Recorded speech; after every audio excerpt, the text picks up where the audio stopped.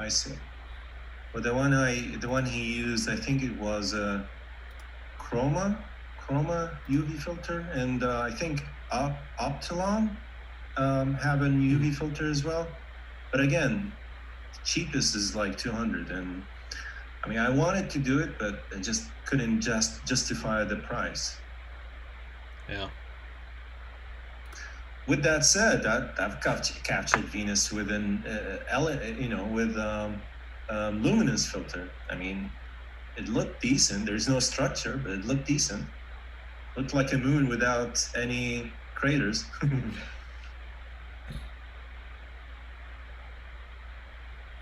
Hello all.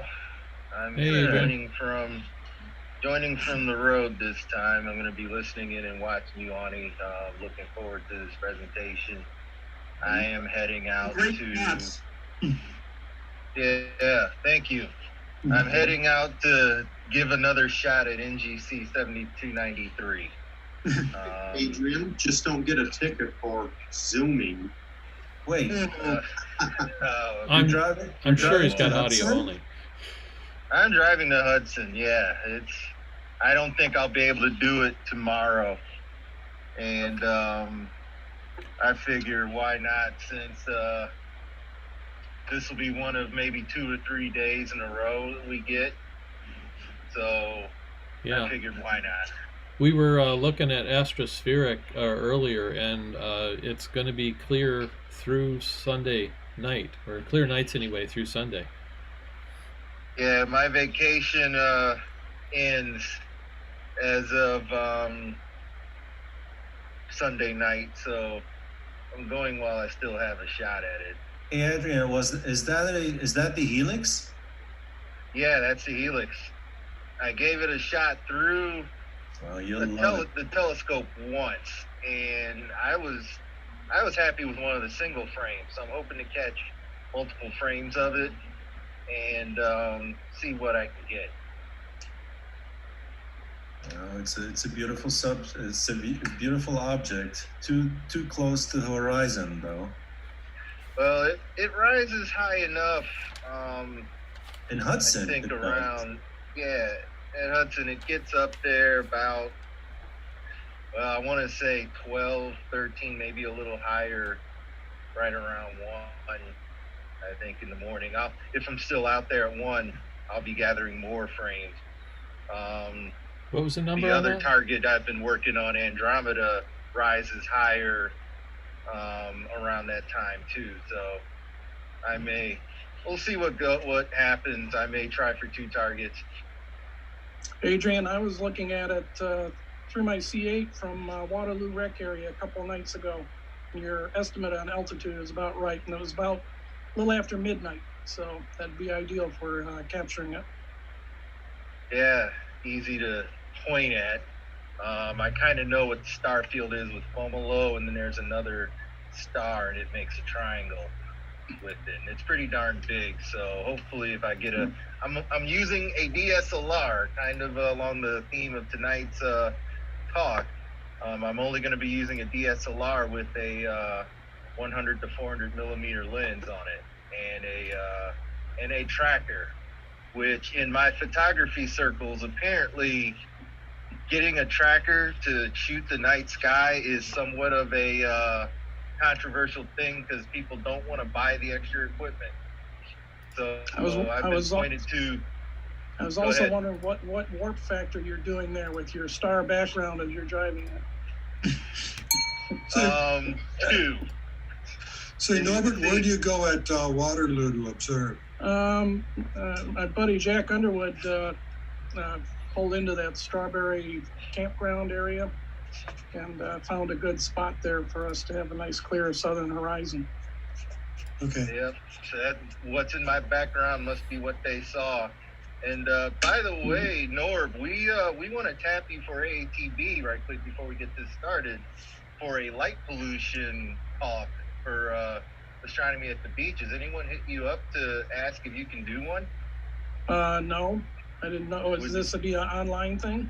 Yeah, it would be for our online astronomy at the beach. Okay, we'll chat about it. We'll see. All right, sounds good.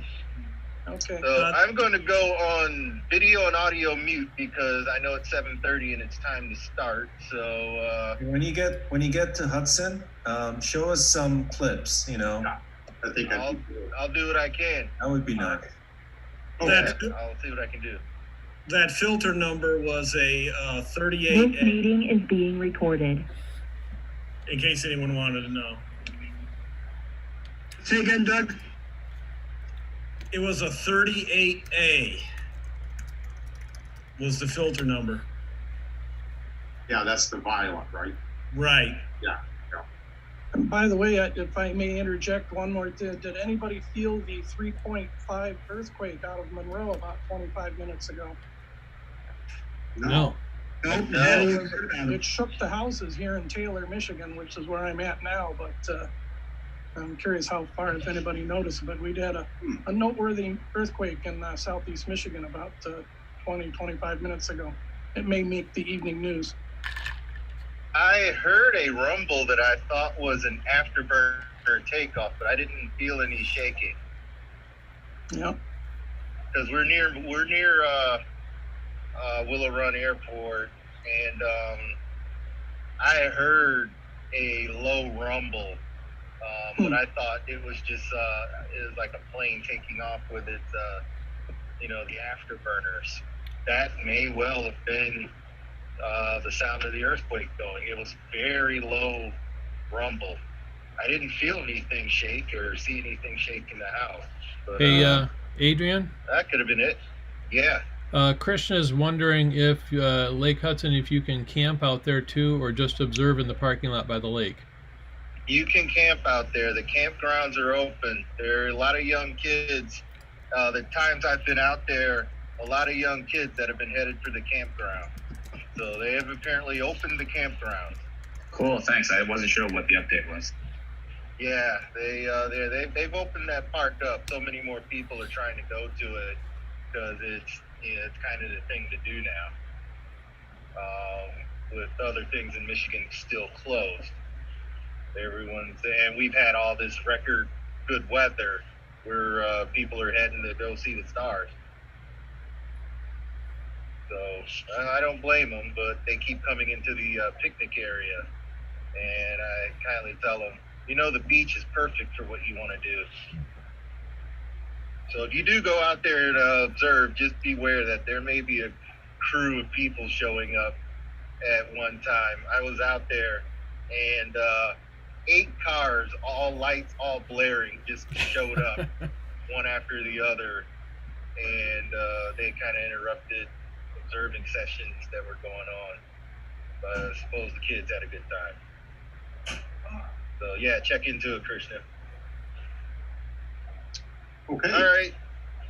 With that, we will go ahead and get started. As everybody knows, I'm Charlie Nielsen, the seemingly perpetual president of the University Lowbrows. And once again, we are coming to you via Zoom. And I could correct myself. I think last meeting I bragged that we actually had not missed a meeting at all, despite the shutdown. But then later I realized we did miss the March meeting. But then in April, we pulled together the Zoom format and have gone on ever since. So tonight, our normally scheduled speaker, Elena Gallo, had to travel to Italy for, we understand, maybe a family illness perhaps. So this is why we had lost contact with her.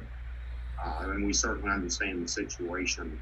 So knowing that we were not going to have a guest speaker, in fact, even before I was sure of it, I put out a call.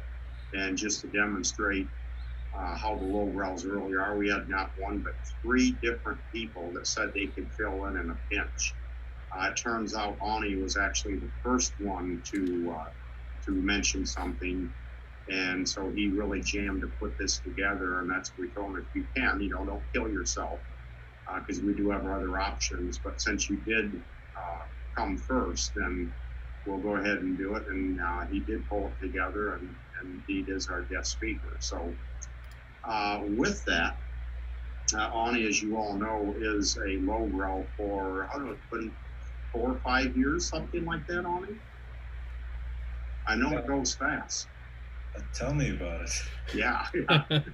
As we all know, he's not only an astrophotographer, but a very skilled astrophotographer. He got his bachelor's degree in computer engineering and then got himself in astrophotography. And since 2015, he's been sharing that with his family and friends, showing them the unseen beauty of deep space objects. And even today, he is still fascinated with the majesty and challenge of this hobby. So with that, you have the floor, Awni. Thanks. So as everyone know me, I'm into astrophotography. I just love it. I love the challenge about it. I love the all the wonders that you can discover, and it just keeps me busy, keeps my brain cells active, and so just let me share my screen.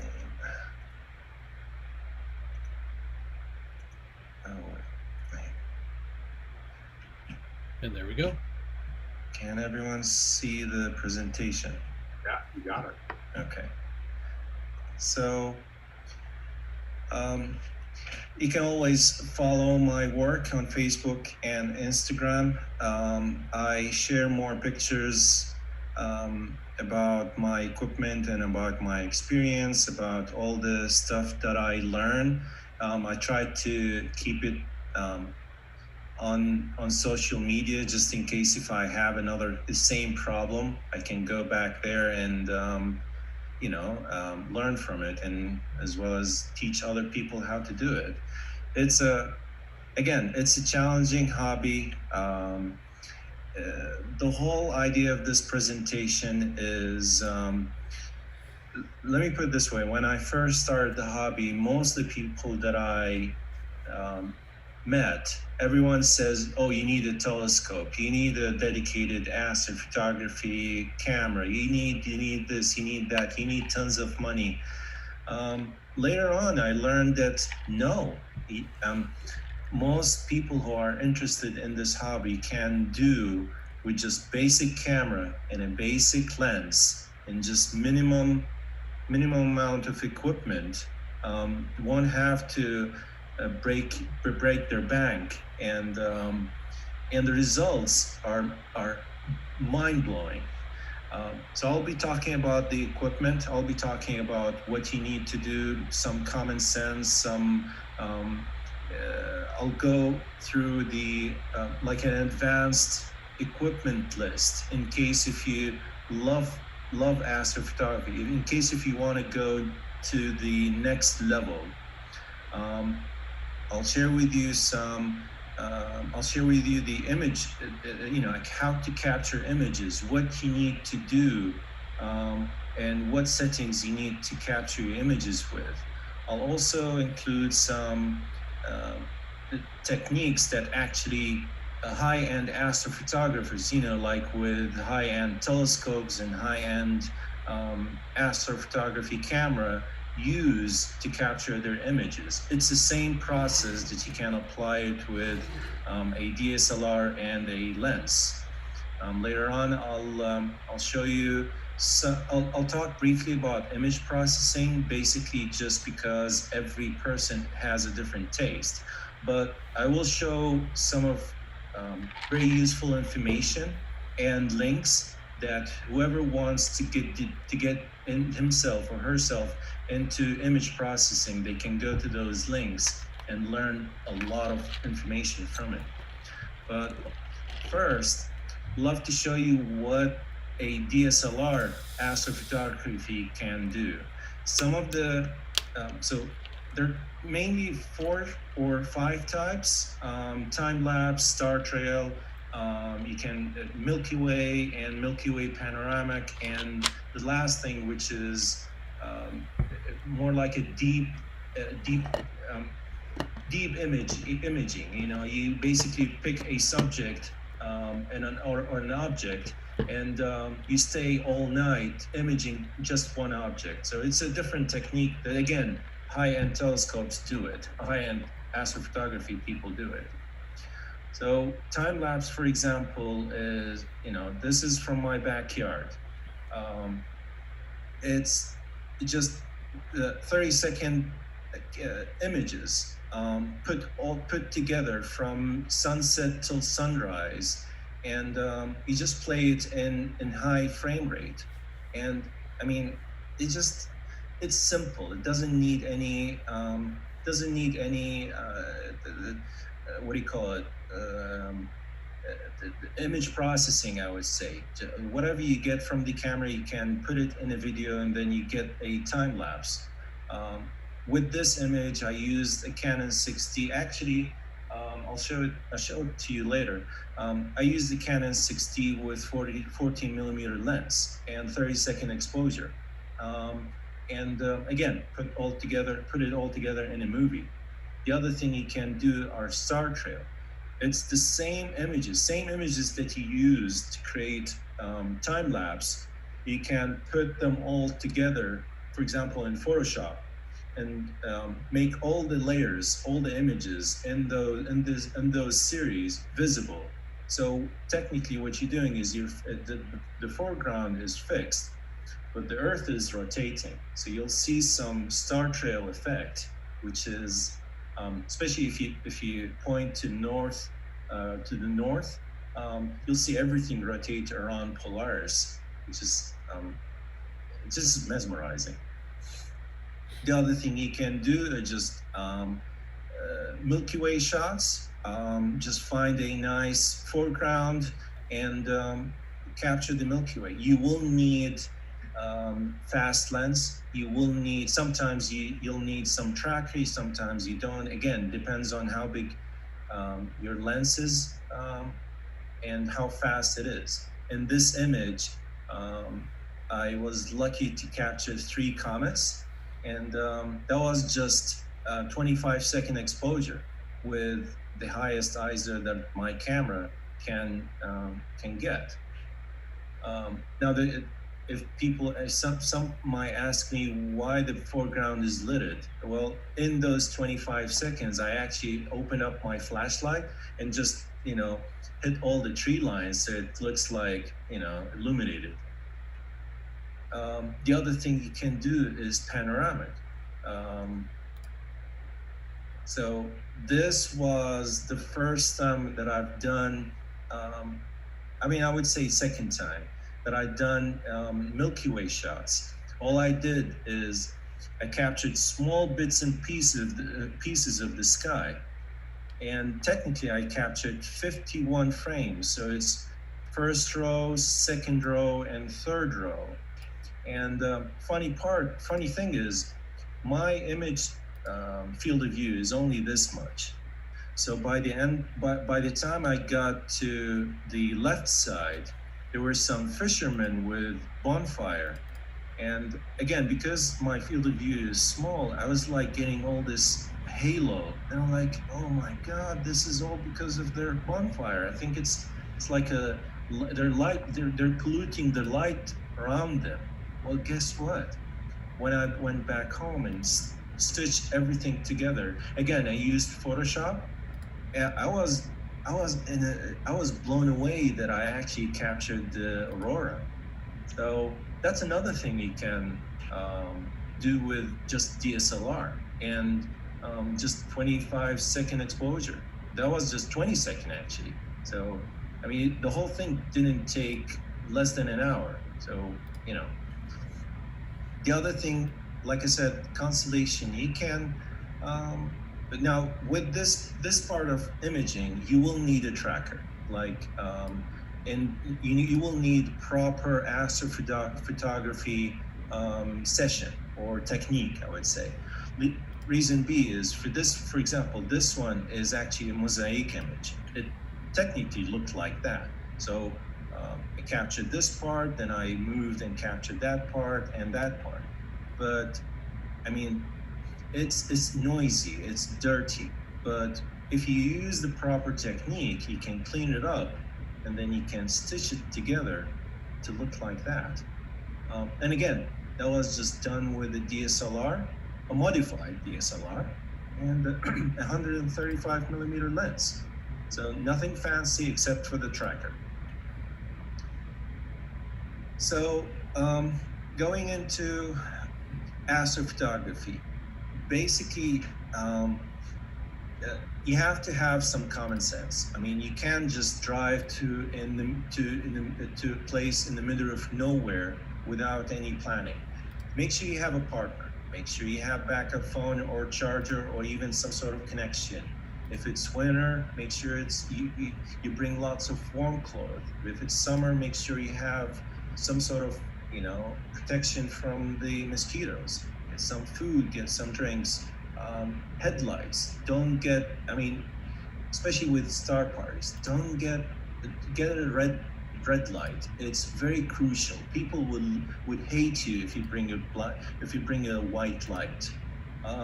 First aid, again, if you are like me, got mosquito allergy, get something to protect yourself. Long story short, pre-planning. I call it 6 P's. Pre-planning prevents poor pest performance. Always make sure you are planning your trip before you do so. It's like a camping trip. You're doing astrophotography instead. There are so many things you can download on your phone to plan your image session. You can use Sky Safari, Stellarium, moon faces. Basically, for example, if you're planning to image the Milky Way core, make sure what time you get there. I've done it. When I first started, I didn't know what I'm looking for. I just get there and hope for the best. No, you can do better. You can predict your imaging session. For example, if the Milky Way core rises at certain time and then peaks at that time, you can get there just before it and start imaging. It's always good to plan your image. The other thing is, when you get to a dark park, something that people tell you, hey, go to Hudson or go to whatever the name of the park is. Again, plan your image. If you're planning to shoot the Milky Way, for example, and if there's a bright city towards the south, that the whole trip is a waste of time. You can't get anything because of that city's light pollution. There's so many things. For example, darksidefinder.com will tell you exactly where that park is and if there is any light pollution source around it. Lately, there is this Astrophotography software. It tells you if there is a moon, if there is any, if there are going to be any clouds, or if the seeing is going to be bad. Again,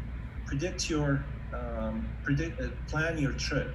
You don't want to get there. Again, I've had it before. I go there and just hope for the best, only because, for example, in Ann Arbor, it was clear. It doesn't work like that. If you're planning to take like a 2-hour trip, especially in Michigan, a 2-hour trip, it might be clear in Ann Arbor, for example, but whatever you're driving to, it's cloudy. So plan your trip. Now going back to the equipment that you have to have.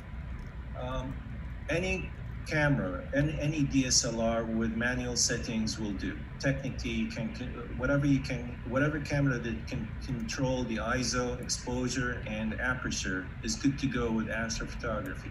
Lenses, any fast optic lens. When I mean fast optic lens is you can set your f-stop to 2.8 and below, or even f4. That's a fast lens. You can use that with astrophotography. Remote shutter or intervalometer. Technically, you can control your camera without touching it. You will need that with astrophotography. You don't need to shake your camera while taking your images. That's another checklist you have to have. Tripod. You need to fix your camera. You need to fix when the camera is taking images. You need your camera to be still, and that's what the tripod does. There is a rule with tripod though, is you can like exposure-wise, there is a 500 rule when using a tripod, which I'll explain it later. Make sure you got some battery or external power source, because obviously, if you're gonna capture images all night, the built-in battery will die. So you need extra batteries. Make sure you got your storage. I can't insist how many times I got there and I basically forgot my SD card in the computer, and like, oh my God, what should I do now? That's another checklist you have to check. Dew heater is one thing that most people neglect. Long story short, if you don't have anything to heat up your lens, it will fog up by the middle of the, like at midnight, for example. You don't want that. I've had it before. It's perfectly clear sky. Everything is perfect. I start capturing images, and then all of a sudden, my images doesn't look good. There's nothing wrong with the sky. There's no clouds, nothing. Well, guess what? There's some fog on the lens. You can eliminate that with a dew heater. Filters are optional.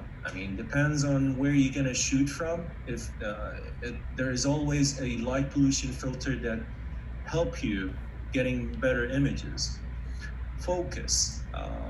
You can't imagine how many times before I learned about focus mask, you go there, you switch on your live view and you point to a bright star and you think you're focused, and then you start capturing your images. By the time you get back home, you open your images in the computer, and guess what? All the stars are out of focus. Get a focus mask if you can. Now, from now on, Star Tracker, Guide Scope, or a laptop is optional. It's if you like this type of photography, you can invest into a tracker. Technically, will give you more exposure. You're not controlled. You're not limited by the 500 rule, which again I'll explain it later. Guide Scope will make your guiding even more accurate. Again, with the Guide Scope, if you're planning to use Guide Scope, you will need a laptop. So these are just basic checklists if you like to do astrophotography with the DSLR. Camera or the DSLR, there are two different cameras. There's the stock DSLR, which is, again, there's nothing wrong with it. But if you're planning to do imaging if you're planning to image nebulas are made of hydrogen alpha emission. Most of DSLRs are not that sensitive to that emission. When I mean hydrogen alpha is this part. It's the nebula around all astrophotography, astro objects. Regular cameras won't detect that. It will, but not as sensitive as a modified camera. And again, it's if you get into astrophotography, it's always nice to have your camera modified. And when I mean modified, it's not like they're gonna replace the whole camera with a different camera. All they're gonna do is they're gonna remove either all the filters in front of the sensor, which makes it a full spectrum camera, or they're gonna remove only the LPF2 filter, which is gonna make it a hydrogen alpha modification. Simple as that. 500 rule, in case if you're planning to use a tripod, is how much exposure you can get. It's the maximum exposure that you can get without having a star trail, without having your stars trailing through the sensor or through the image. Basic equation is 500 divided by the focal length of your lens and the crop factor. For example, most APS-C, most Canon cameras or Nikon are APS-C sensor, meaning it's not a full frame, it's just smaller than a full frame. The crop factor for that is 1.6. And if you're using, for example, a 40 millimeter lens, maximum exposure is 22 seconds. Anything more than 22 seconds, when you get back home, you'll see your stars are not pinpoint. They're like stretched. Again, depends on what you're planning to do. If you're planning to do star trail, it doesn't matter. But if you're planning to do time lapse, it does. I mean, it's always good to have that pinpoint stars. This is just a diagram of different sensor size, APS-C versus full frame, and the focal length of your lens, and how much exposure you can get without having the star trail. It's just something that you can plan your image, and depending on what camera and lens you have. Filters, again, depends on where you're imaging from. If you're imaging from a light polluted area or close to the city, always good to have a light pollution filter. Technically what it does is it blocks the emission that comes from the light, that light pollution. I think it's just the sulfur, or forgot the, anyway, let me show it this way. It's the middle part that the light pollution filter will block. So all you're gonna get is the good data, and it's gonna block all the light pollution from the city. So your image is gonna look better. Again, it's optional. I've got good images without any filter. Again, going back to focus, try to invest in a focus mask, or what they call a bat-nerf mask. The main reason for the bat-nerf mask, I mean, again, the main reason for the bat-nerf mask is to get pinpoint stars. And it's super easy. All you have to do is get something like that fits in front of your telescope or lens. And when you point to a bright star, all you have to do is just put that spike right in the middle. And that's it. You got that peace of mind that your stars are gonna look focused all night. It's a lifesaver, if I would say. Now again, tracker is a next level astrophotography. If you're not liking your images that you're capturing with using the 500 rule, meaning if you want more exposure, your object or the Milky Way doesn't look bright enough. You need like 30 seconds, 1 minute, 2 minutes, sometimes 5 minutes. Get a tracker. Basically, what the tracker does is it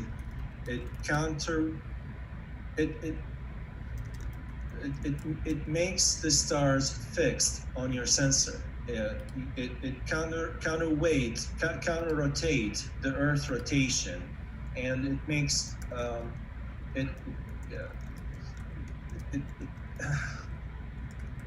it makes more exposure much easier, I would say. I mean, I don't want to go technical. I don't think I have enough time.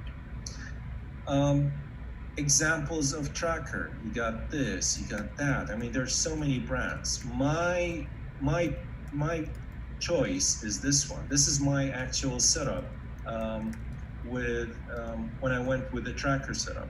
That's an EQ mount. This is fixed. This is aligned with the Earth axis. So, and it rotates counterclockwise, technically, against the Earth rotation. On top of it, there is a camera, there is a guide scope, and the whole thing is connected to a computer. Here's a mini PC and the whole thing is powered by a battery. This is a complete part. Oh, by the way, this is a dew heater. You see that element in front of the lens? That's a dew heater. So that's more like a beginning astrophotography setup that you can put together and get some amazing images. Like the Orion Nebula that you saw in the beginning. I got that with this setup. Yeah, I won't go with... Quickly, Awni, what software on your computer do you use to control your DSLR and guide scope? Well, you don't. Again, if you don't have to go all the way to. You can do it with an intervalometer. You can do it with a shuttle controller. But if you're planning to go to with a computer aid astrophotography, the software that I'm using is Sequence Generator Pro. For the guiding, I'm using a software called PhD2, and they're mainly those two softwares. Is all you need is to control your astrophotography gear. Hope that answers the question. Okay. Auto guider, simple as that. If some mounts are perfect, you don't need guiding. I mean, if your exposure is 30 seconds, 1 minute, 2 minutes, that's good enough. But if you're planning to do longer exposure, it's always good to have an auto guider. The whole point of the auto guider is that the auto guider setup, sensor, I would say, or the auto guider camera locks to a star in its field of view. And if that star shifts, it tells the mount to either slow down or speed up, so that your main camera will have that star dead center during the whole imaging session. So you don't have any drift, you don't have any, bad frames, I would say, that you're gonna throw later on when you stack the images. That's my setup over here. That's my Canon 6D. That's a 135 millimeter Rokinon lens. It's a manual lens, manual focus lens. You can open it all the way to f2, and that's my guide scope. It's just a small telescope with a camera, and whatever that camera sees, the star in that field of view, it technically controls the mount. It tells it to either speed up or slow down. So these are just the basic equipment that you need. Again, you don't need a tracker or computer or a guide scope if you're only doing, if your interest is in time lapse or in star trail or in capturing one frame of the Milky Way or a time lapse of the Milky Way. You don't need a tracker. But if you're planning to do longer exposure, tracker is always a necessity. It's always a good thing to have. Now, this part is basically the camera settings and the technique. So light frame, bias, dark, and flats are technique used by astrophotographers, dedicated astrophotographers with high-end telescopes. It's the same technique they use to get a final image that is cleaned up, that is, ready for image processing. So again, if for time lapse, for star trails, these are the basic settings that you need. You will need to set your camera to manual focus. You need ISO 800 and above. You need to set your exposure. You need to set manual exposure using either bulk mode. You need to use bulk mode. Again, with the 500 rule, you're controlled by that. Your exposure is controlled by that. If you have a tracker, piece of cake, you can do 30-second exposure all the way to 5 minutes. Lens, it's always to have a fast lens. Set your f-stop or aperture to f2, between f2 and f4. Whatever the lens capability is, if sometimes you set your f-stop to f2 and your stars at the corner are not pinpoint, they're stretched. So simply stop it down, and the stars on the corner will be sharp. Disable your noise reduction. Don't use the built-in noise reduction. Sometimes that will ruin your stars in the image. And always capture raw files. That's very important. Don't do JPEG. That's just you're ruining your images. For example, with the JPEG compression, you're ruining your images. Always get a raw files. Now, light frames, long story short, whatever you're gonna capture of the galaxy, of the sky, stars are called light frames. In case if you're planning to do some enhanced or deep astrophotography, you will need to stack those images together to get more data, basically to enhance the signal to noise ratio.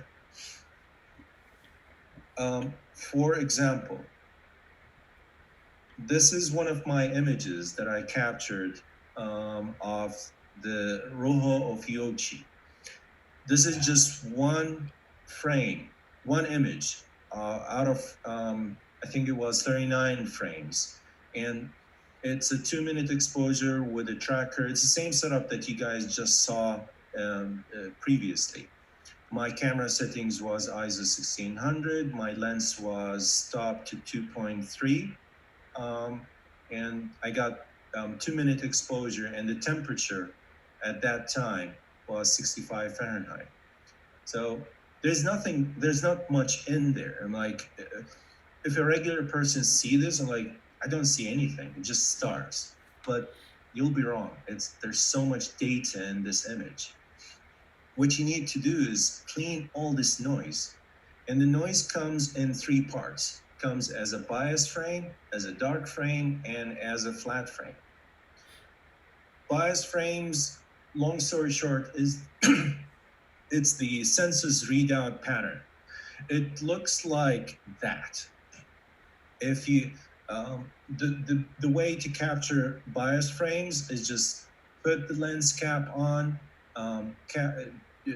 capture a fast exposure, the fastest your camera can do.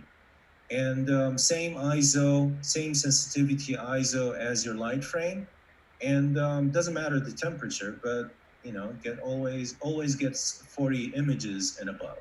And when you stack all the images, you'll get this. This is technically your readout pattern of each camera has a different readout pattern, and that's just noise. Dark frames, with long exposure comes heat. The sensor will heat up. With heat comes thermal noise, comes dead pixels, comes amp glow. They're all different type of noise. And for example, the same image that I showed you in the beginning, the dark frame, it looks like that. This is just noise, thermal noise and some dead pixels. The way to capture darks is, again, ISO has to be the same as the light frames. Your exposure needs to be the same as the light frame. Always try to get the light, your darks, at the same temperature as your lights, your light frames. So it's always good to capture your darks at the end of the imaging session. Basically, if you image your subject from 10 to 12 a.m., capture your darks from 12 to 2 a.m. If you can't do that, do what I did before, in the beginning when I first did astrophotography. I took the camera and put it in the fridge and captured my darks in there, because just to match the temperature of the of that night. It was funny. It was something that funny to do. Always capture 40 frames and above, and when you stack it, technically gonna look like that. That's stretched, by the way. It will. I mean, those who know what bias, darks, and flat frame, they will say, wait, doesn't look like that. Correct, it looks black. But when you stretch that darkness, it will look like that. Flat frames are basically the uneven illumination of your optics. And for example, if your optics, or technically your lens, if your lens had a dust particle on it, it will look like a donut at the in the final image. If your lens is a fast lens, you'll get some uneven field of view. So again, if you capture 40 frames of the flat frame and stack it together, it looks like that. And if there's a dust particle in the middle or on your lens or on your sensor or anywhere, it's gonna look like a donut in the middle. Again, that's another type of noise that you want to clean your light frames from. And the easiest way to capture your flat frames, which is this part, this image, is just put a white T-shirt in front of your lens, and you can capture it in the middle of the day. You can capture it just before sunset or just after sunrise. It's really up to you. All you need is just to illuminate that T-shirt, and you'll get this. Now, you'll ask, why do we need that? Why do we need all these three, like the bias, darks, and flat frames? What's the difference? The difference is that this is my original image that I showed you in the beginning. Once you apply all those frames, which are technically just noise, this frame will look like that. Look how much data are there. The stars came up, all the nebulas came up, even the dark nebula came up. Now, you can do all that with, there's so many softwares that you can do stacking. You can do, calibration and stacking. But, they're Photoshop, they're PixInsight, they're DSS, which is Deep Sky Stacker. Most people like Deep Sky Stacker basically because it's free and it does a great job. You can calibrate and stack your light frames, dark and bias and flats with this software. Again, this is just one image, one frame. Now, the reason we do stacking is to enhance this signal to noise ratio.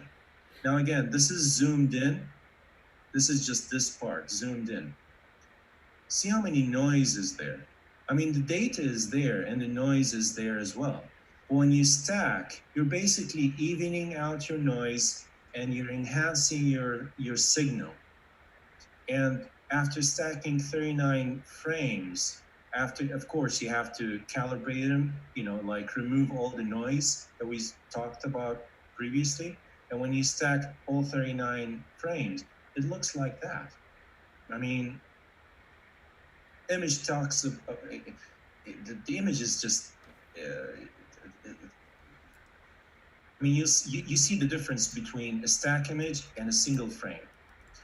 Now, later on, all you have to do is just image processing. Most people will see this and will look at this image and like, that looks perfect. I don't have to do anything. Again, it's personal. It's personal. It's a personal thing. Image processing is a personal thing. But my version of image processing of this frame is that. Just mesmerizing. And when you show this to people, like, it's just, how, where, when? Is this true? It is. It is. You just need basic technique to get all the data out. Image processing, again, I'm going to talk about it briefly. There are so many softwares that do image processing. There are so many techniques. There's so many actions. There's Photoshop. You don't have to be expert. There are so for example, there are actions within Photoshop that does all the image processing for you. All you have to do is just click one icon, and that icon will take your image, process it, and give you a result. Lightroom, if you're into Star Trail, if you're into time lapse, Lightroom and Photoshop can do a great job. If you're planning to do a video of your time lapse, recently I've used PIP. PIP is it's used for planets, but you can create a video using through it, and it's free. I mean, there's nothing wrong with free. For those who are interested in astrophotography with DSLR, go to Lonely Spec. This guy is a genius. I mean, it's like an encyclopedia of what he does, and it's like an encyclopedia that people can learn from. And he got so many examples. He got so many videos that teaches people how to get a beautiful image at the end. PixInsight is just another imaging processing software. It's not free, but in my opinion, it's worth every penny. And this link is just tutorials that tell you what to do, what you can do with that software. Last but not least, basic image processing goes like that. All you have to do is just stretch the image stretch the histogram of your image, do some noise reduction, play with curves to enhance your signal to noise ratio. You can reduce the star size, sharpening images, color calibration and saturation to bring up some of the colors, and technically that's it. That's basically what most people do to enhance your image, your astrophotography image. With that said, I included all the resources that will, get you guys going if you're interested in astrophotography using a DSLR. And these are some of my images that I'm proud of using a DSLR, and some of them with tracker, some of them were not, with just a tripod. And that's the whole Milky Way. I mean, the Milky Way core. It's the same technique that I use with Orion. It's a 3-panel mosaic. I applied the technique that I explained, the bias, the flats, the darks, to clean every frame, every frame of those 3 panels, and then stitch them together with PixInsight. You can do it with Photoshop as well. And what I mean, and I used a modified camera, and the way you can recognize is you got the nebula are so prominent. The red is so prominent. You can't get that with a regular DSLR. It has to be modified. The other thing you can do is just regular time lapse. That's a time lapse of the 2019 eclipse with John, God bless his soul, at his dark part, as his parking lot. And that was just with the DSLR. I think it was a 300 mil zoom lens, and I just captured images using AV mode. So the camera knows the exposure, and just basically just put it together in a movie. This is another image. Oops. Give it a second. This is another image of the Milky Way with 35 millimeter lens and what do you call it? And with a macro third camera. Same technique. I've used the same technique to clean up each panel and then stitch it together. Let's see if the other one works. There you go. This was another example with the DSLR, and I think it was a 24 millimeter lens. I was planning to capture aurora here, but clouds rolled in, so I just adapted my technique, captured, I think it was a 2-second exposure, and when I got back home, the moon was out, and also all the clouds is illuminated, and if you see at the end of the video, there's some thunders over there. Thunderstorm over there. So that's again, you don't have to do any flats or darks or bias in this one. You just go back home, do some minor processing, in case if you need to, and then put everything together in a movie, and run that as a, you can either run it as a 24 frame per second or 50 frame per second, whatever. I think my image, oops.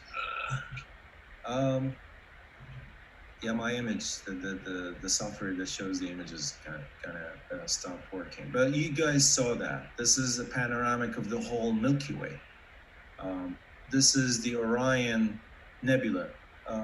Again, with 6D camera, which is a modified camera, and 3 panels, and follow the same technique, bias, darks, and flats to clean each one and then stitch it together.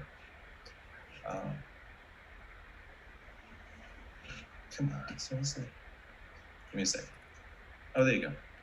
That's one of my hunting trips for Aurora. This is 8-second exposure at ISO, I think 3200, and technically captured the whole thing all night.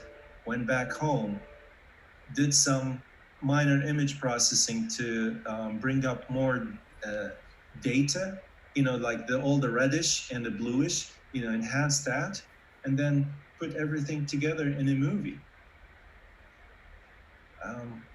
And just mesmerizing. In case if you guys asked, this was captured from Rogers City in Michigan. And, I guess I was just lucky. Last and not least, this is another Aurora time lapse. Hope you like it. And after that, there you go.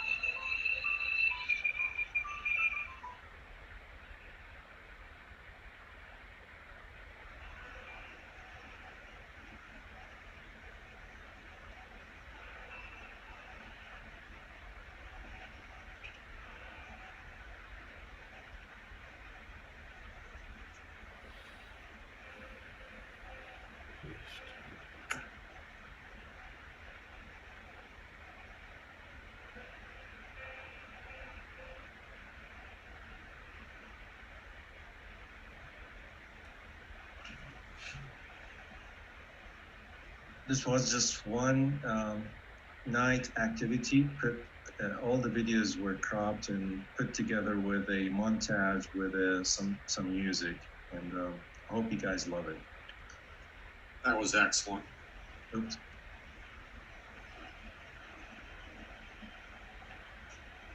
With that said,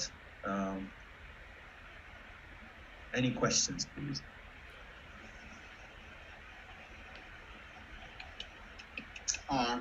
Nope, you answered mine earlier. Avni, this is Krishna. I don't know if we're doing orders or anything for questions, but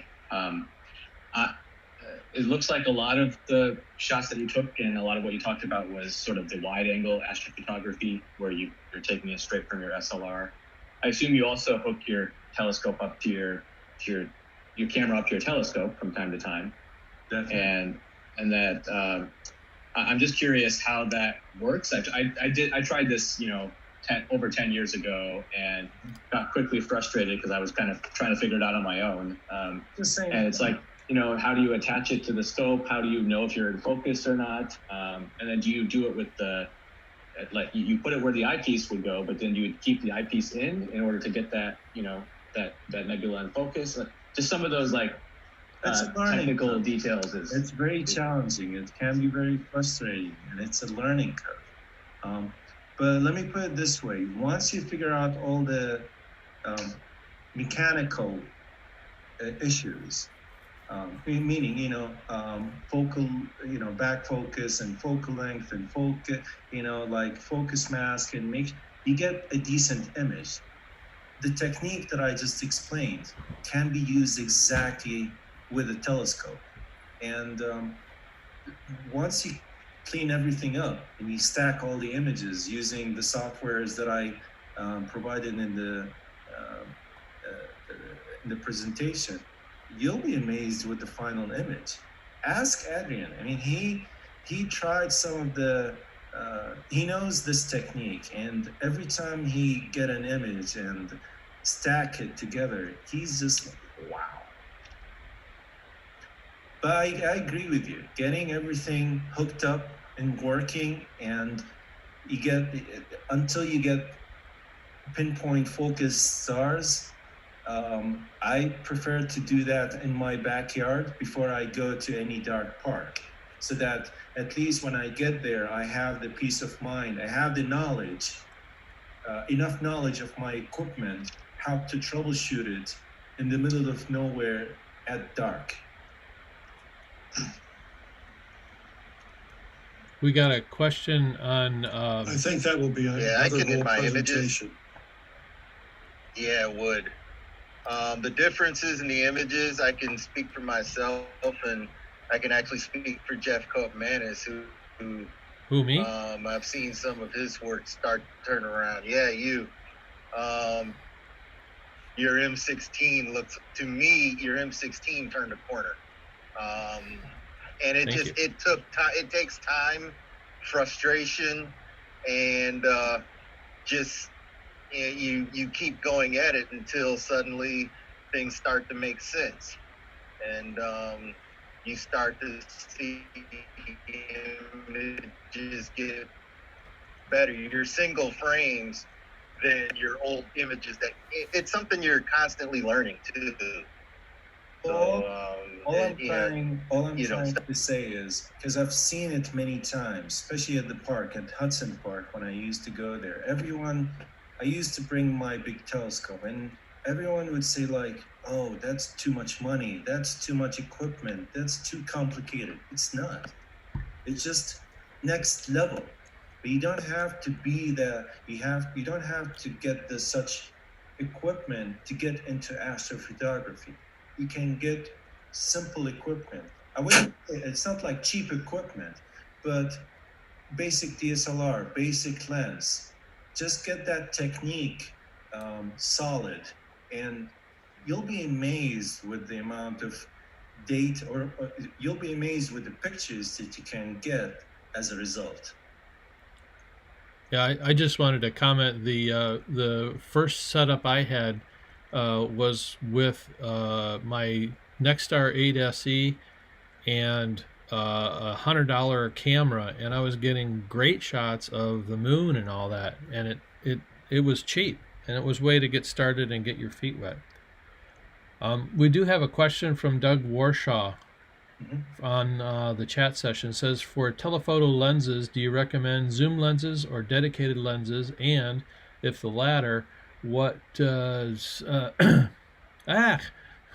what focal length would recommend for a first lens? And how hard is it to remove or replace filters for DLSR? It scrolled on me.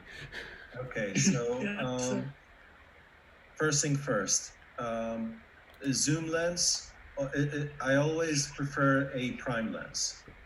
It doesn't mean like zoom lens won't work, but the stars at the edge with the prime lens is always better. Again, the whole point is aperture.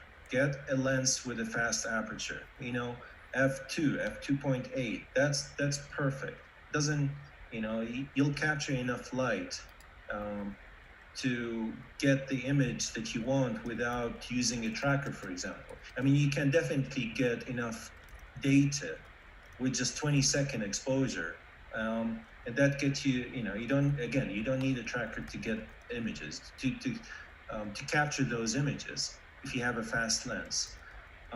Filters depends on the camera, to be honest. I have a Canon Rebel T3i. Perfect. Okay. You know, if you Google Canon T3i or even GTI astrophotography images, you'll be blown away with all the details. I mean, my first camera was 100D. I think it forgot the brand, but it's the smallest type, the smallest model of Canon. And I mean, I captured rosette. I mean, that rosette, I can bring it over. I captured this rosette. Oh, how many frames? I think it was 25 or 24 frames. Really? Huh, wow. I used the technique.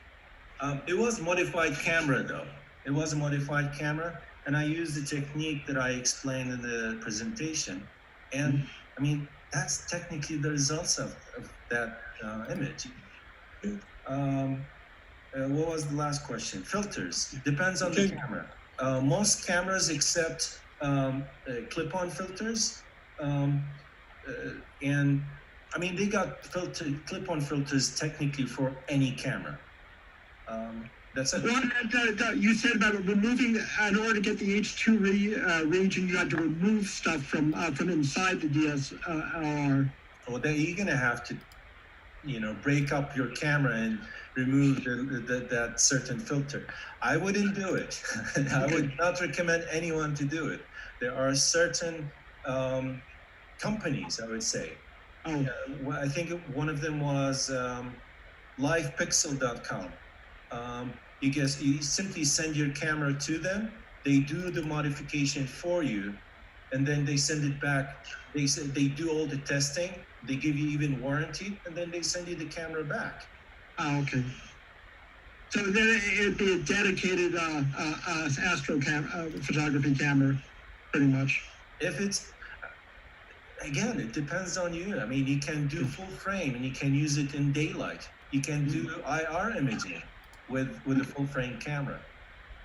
You can do hydrogen alpha modification, and you can still use that camera in daylight. Just do some, you know, color calibration within the camera. You can just white balance settings. You change your white balance, and that hydrogen alpha camera pictures can be used in daylight. Simple as that. How much does it cost to get it modified?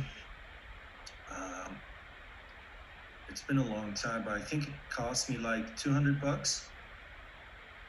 Okay. Thanks. Welcome. Any other questions? Hi, Charlie. I wanted to know if that comprehensive list that he put together is available.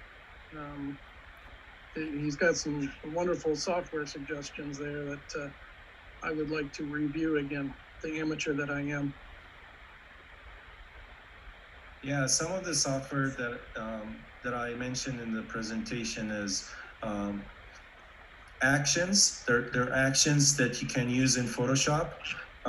They're just ready-made actions that, you know, when you open up an image, you just click it and it does all the processing for you, and then comes up with an enhanced image. Well, that's why I mean, I'm basically lazy, so I would love to know. I'm lazy too. I hate image processing. Right. It's funny that I say that, but I hate image processing. Yeah, it's tedious. I got dated back from 2016. Every time I open, they're like, "Oh my God, another image processing now." Can you send a list of links to the Lowbrow list from that slide? Yeah, that's why I was wondering if you could email that slide. Yeah, sure, definitely. Actually, is this lecture is going to be on the in the Lowbrow archives, right? Yeah, on YouTube. Okay.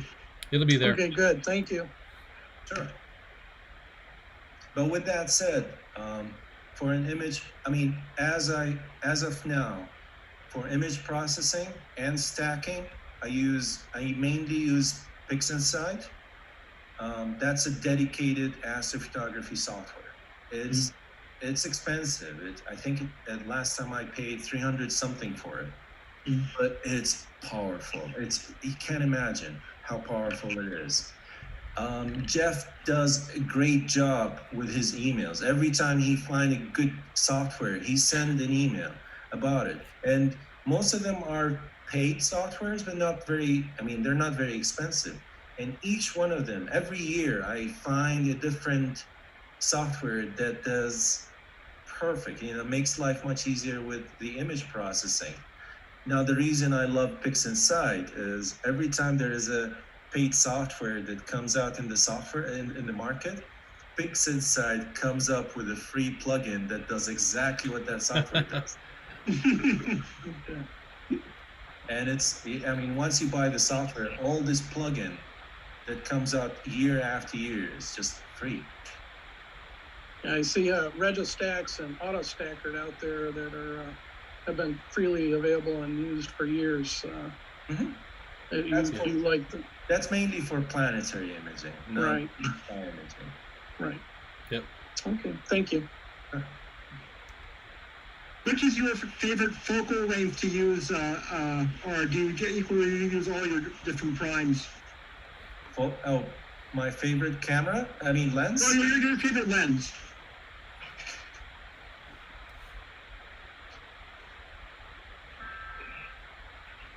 This thing, 135 millimeter Rokinon lens. I even had it on a permanent setup with a focuser, with a power supply, with a dew heater, everything. That's a Rokinon 135 lens. It's you can open it all the way to f2, and it's not that expensive. It's not like $1,000 lens. Okay. You can get it used on cloudy nights for like, I don't know, $250, $260. And the nice thing with this thing is it's sharp. Even at f2, stars are sharp edge to edge. What else do you want? It's looking very lowbrowish there with the rubber bands and stuff that I see. The rubber band is to hold the focuser. But the whole thing is just 3D printed. The whole bracket is just 3D. Okay. This is, I don't know if I can open it. There you go. This is just an Arduino. This is just an Arduino board with a stepper motor controller. Nice. Hey, could you make plans for that available? That looks like a cool setup. I could. I mean, I can make the STL files available, but again, this is more like custom setup. But yeah, I mean, that's fine with me. I don't mind. Yeah, to answer your question, 135 millimeter lens, my best image lens. Now that's for deep sky imaging for wide field of view. Yeah. For wide field of view is this one. That's just a tripod, certain tripod with, that's a Canon 6D. And that's a 14 millimeter Rokinon lens. 14 millimeter? Okay. Good.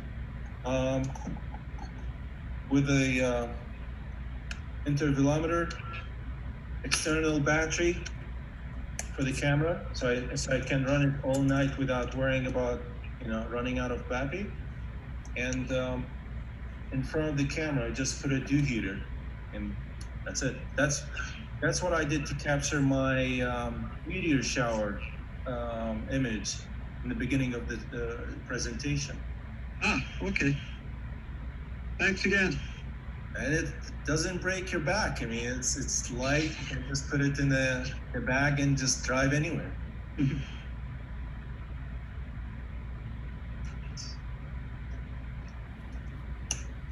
Any other question? Thank you. I guess a comment coming from the photography world, daytime photography, nighttime photography tends to baffle a few folks because we're taught to use certain settings and everyone wants to keep ISO low to avoid noise. But in astrophotography or nightscaping, it's the exact opposite. And you need to turn your gain up because it's dark. There's no sun to help you. You have to pull in the light from the stars. So, and Awni, this is kind of to warn you because this presentation will be awesome for the camera club that, and I don't know if Jim Forster, if you're out there. I think this would be an excellent presentation if Awni does it, but one of the things he'll have to watch out for is it may surprise some people. The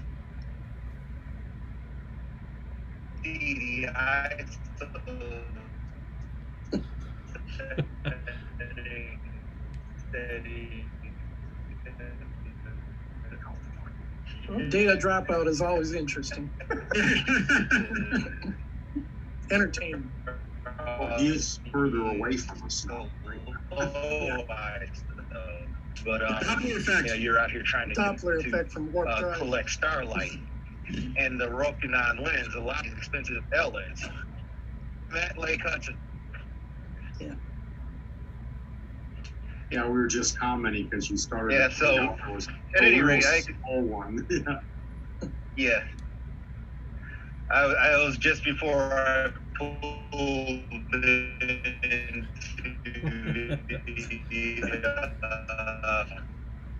car. The whole, I mean. So I'm probably going to fade out again here a bit, but no, excellent presentation. I have a rock that's still up. Just beware, you'll get some interesting questions. I don't want. I think he just entered the event horizon. Yeah, I don't know if you guys can still hear me. Yeah, I'm here. I'll try and take an image. Long story short, anyone who have the passion, I would say, and the patience, very important, and have a camera, a fast lens can get any picture of the pictures that I show can make the same thing. Back in 2015, I didn't even have a prime lens. I bought mine used for $100, and I was like, $100, that's probably the image gonna look horrible. And that's what I imaged the aurora with. So let me put it this way. Equipment is not your limit, it's yourself. It's believing in yourself. It's having the patience to do whatever you want. Now, it's always good to buy that top-notch equipment or top-notch camera or lens or whatever. Even better, makes life much easier for you. But you can still do it with basic setup. And the way to do it, again, you'll need patience, you'll need some enthusiasm, and you'll need that technique. You'll need to have that technique to get the image that will look decent at the end. The same technique that I explained, sensitivity and ISO and exposure and blah, blah, blah. So, I hope people get into astrophotography more. It's, again, each one might have a different reason. Mine is just, it's the challenge. It's just the passion about it. It's sharing the image with everyone else, especially with those who don't believe in space or doesn't believe in Nebula or doesn't believe in this is probably a NASA thing. No, it's not. Anyone can do it as long as they have the passion to it. Well, you mentioned the word luck there too, Awni, but we can see the passion and skill there too. Very good. Yes, in Michigan. You probably need the luck, with our weather. I concur. Stop Zoom. Okay. Well, I'm quite impressed, Awni, not with just the presentation itself, but the fact that you were able to put that together so quickly. It is much appreciated, and we really did enjoy it. So how about a hand for Awni? Thank you. Thank you very much. Pleasure. Okay, so I will move on to officer reports. The only thing I wanted to talk about The recording has stopped. That we are in the midst of doing several revisions to the bylaws. It was something that all the officers worked on to one extent or another. And then we got Kathy Hillig involved, who was an integral part of our bylaws, the first bylaws after revising was found out we sort of didn't have any years ago. We did, I think it was one page, except it really didn't apply to us anymore. But anyway, I want to thank Kathy for all the work that she put into it, and with that, turn it over to her so that she can go over what those changes are. Okay, let me find my bylaws here.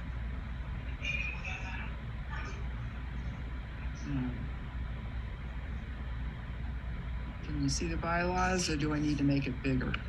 It's big enough. Yeah, I can see him. Okay, good. They look good. Yeah, we don't have any changes until we get down to Article 4, which has to do with officers. And basically the officers wanted to add a new officer called the online coordinator. So this is one of the changes to this section. Also, there was some other minor updates, as you can see down below, to the online, there's changes having to do with the online coordinator, then a few other minor things like for what the vice presidents are responsible for, and a small change for what the treasurer, that we only need to do an annual report once a year, financial report. It used to say twice a year, I think, but we've never really done twice a year financial reports, so we changed it to once a year, which is what our current practice is. What else was changed? The observatory director, there's some minor changes here, because we no longer have a combination lock on the door, so we made some updates on how this is read in here. And then of course we had to add the new section for what the online coordinator is responsible for, and that's down here. I think that's it for this section. Oh, we didn't change anything else. So let me stop it right there and see if anyone has any questions on this section. There was basically only 4 articles that had any kind of change at all, so I'm only going to go through those, and we'll take it one article at a time and see if anyone has any questions. Apparently they don't. Okay, no questions on that one then. The next section that had a change was Article 5, which has to do with elections and voting. You know, as you all know, if you've been coming to our meetings, that we didn't really have elections at our April meeting because we didn't have a face-to-face meeting. So we're going to change this so that electronic polling is allowed for voting, because it said paper ballots if there was more than enough candidates for each office. That we had to have paper ballots, but this way we can have electronic polling as well. So we can have virtual meetings. Also voting, and we added electronic polling wherever it said paper ballots. So we wouldn't have to have paper ballots anymore. That's the major change there. And where it says show of hands, we also allowed electronic polling. So wherever it had paper ballots or a show of hands, we said we can also do electronic polling. And so Zoom has a facility so that you can put out a question, everyone can vote, and then it can be tallied right there. You know the results right away without showing who voted for what. So there are ways of doing electronic polling. Any questions on that section? This is all the. Tell me later. Kurt says there's a typo. He'll tell me later. Well, okay. No questions on elections and voting. All right. The next one has to do with Article 6 on meetings. Let's see. It says that the announcements for meetings should be in the newsletter, but usually Charlie's been just emailing it to all members, and I think everyone is happy to get the email reminder that, you know, it's coming Friday, there's going to be a meeting, and this will be the speaker. So we're now allowing email, not just announcements in the newsletter for the regular meetings. And then also a minor change to the officers' meeting. It used to be 4 times a year, and I don't know that they ever did that. So they said we changed it to at least a semi-annual basis. So that's just a minor change on meetings. Any questions on that? Have we done it on a semi-annual basis even? No, not really. Okay, just checking. We've had 2 officer meetings that I know of in the last. Do we want to hold ourselves to semi-annual, or should we space it out even? I don't know. We didn't hold ourselves to the other standard either, so. But part of our problem is. Go ahead, Jim. Yeah, part of our problem was with a meeting every month, club meeting every month, and open houses and other events, getting together on top of all that proved a bit challenging, especially as it rolled around to summer and people started leaving town.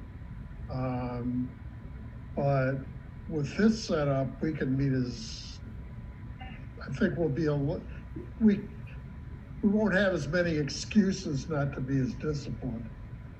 We just have to have business to do. And we've found over the years that we can do a lot of business over email, make a lot of decisions. You know, we vote on appropriations and any number of other things that don't require the input of the members, other than our reporting to them what we've done. And you know, I don't think this is going to be a problem. Yeah, particularly since we removed the face-to-face part. Yeah. And that was one of the things that really opened the doors when we started doing the Zoom meetings and realized, well, hey, we can do the officer meetings that way too. And we did have an officer meeting. We did, yeah. So for live discussions, does that encapsulate Zoom meetings or not? I mean, you say face-to-face meetings, so we changed it to live discussion, which meant you could so be live discussions could include electronic. Yes. Okay. Yes. So you can see over here on the right what was deleted, and face-to-face was deleted, and in place of that it was for live discussion. Yeah, the only thing we can't do is strangle the person that always drones on and on. But other than that, I think this works out fine. Oh, that's the host's ability. Jim, that feature's coming. Zoom is adding it soon. I thought they already had a mute button that you could just simply mute somebody who goes on and on and on. I guess the host could do that. Not every. Yeah, that's one way to. It's one Not way to do nearly as it. satisfying as strangling somebody, but yeah, mute works. You're a year out from being able to go back to that, or sending an electric shock signal. I could see that working. I think Charlie would love that one. That would be fun, wouldn't it? Yeah. All right. Yeah, any this is comments? not a virtual background, by the way. Any other comments or questions about meeting? Nope, I don't have any other. Okay. Sounds good. We'll go on to the last article, which has to do with committees. We basically have two standing committees. One is the Observatory Committee. We're not making any changes to that, but we are making some major changes to the Communication Committee. It used to be called Communications/Public Relations Committee, and really that committee didn't really do anything. But now what we're going to do is it will be chaired by this new officer, the online coordinator, rather than just be chaired by one of the vice presidents that was supposed to be assigned to it. And one of the major duties of this committee is to assist the online coordinator with virtual meetings via hosting, et cetera, whatever needs to be done for holding our virtual meetings. So this way, the online coordinator, him or herself, doesn't have to always be the host of a Zoom meeting. Anyone on the communications committee can assist them with doing that. So there'll be a group of people that can handle this, and it's not just the responsibility of one person. We left in the welcome guests at star parties, and then providing information. I think right now the vice presidents have mostly been putting together brochures and things with lowbrow information, that kind of stuff. And then organize annual elections, especially when it has to do with electronic polling. And also there was discussion among the officers about, well, how is this new online coordinator going to work with the public relations or the webmaster on public relations. So instead of calling the committee public relations, communications/public relations, we just put it as a different responsibility of coordinating with the webmaster on public relation outreach, including producing flyers and contacting media outlets, you know, getting things on the Ann Arbor Observer and stuff like that. So the communication committee has some new responsibilities, and hopefully it will actually work better this way. Any questions on that one? I think we're still feeling our way with the virtual meetings and events. So, you know, I'm happy with what we've done so far, but I do have a feeling that, you know, experience may lead us to doing something else like we did almost as soon as we wrote the bylaws in 2003. So we just did things differently than we had planned to. But I'm happy with this. Okay, we try to make it as generic as possible so that all the details could be worked out and still fit under the bylaws. You know, you don't want all the little details like, you know, the club will decide on how many open houses we should have every month. You know, we don't want it written in that we'll have 2 open houses every month, because we don't always have 2 open houses every month. Yeah. So, you know, you don't want the details in the bylaws. You want it generic enough that whatever you actually do would fit. Yeah, this way gives us a little more freedom of choice, just more options. Any other questions or comments on this section?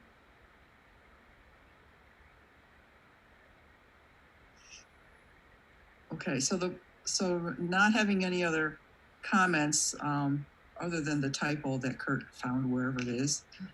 Yeah.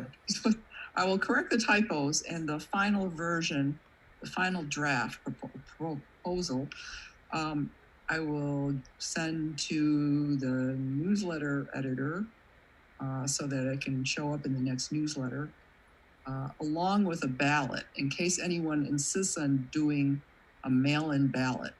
There will be a ballot in the newsletter that you can send back, or it will be attached to the newsletter.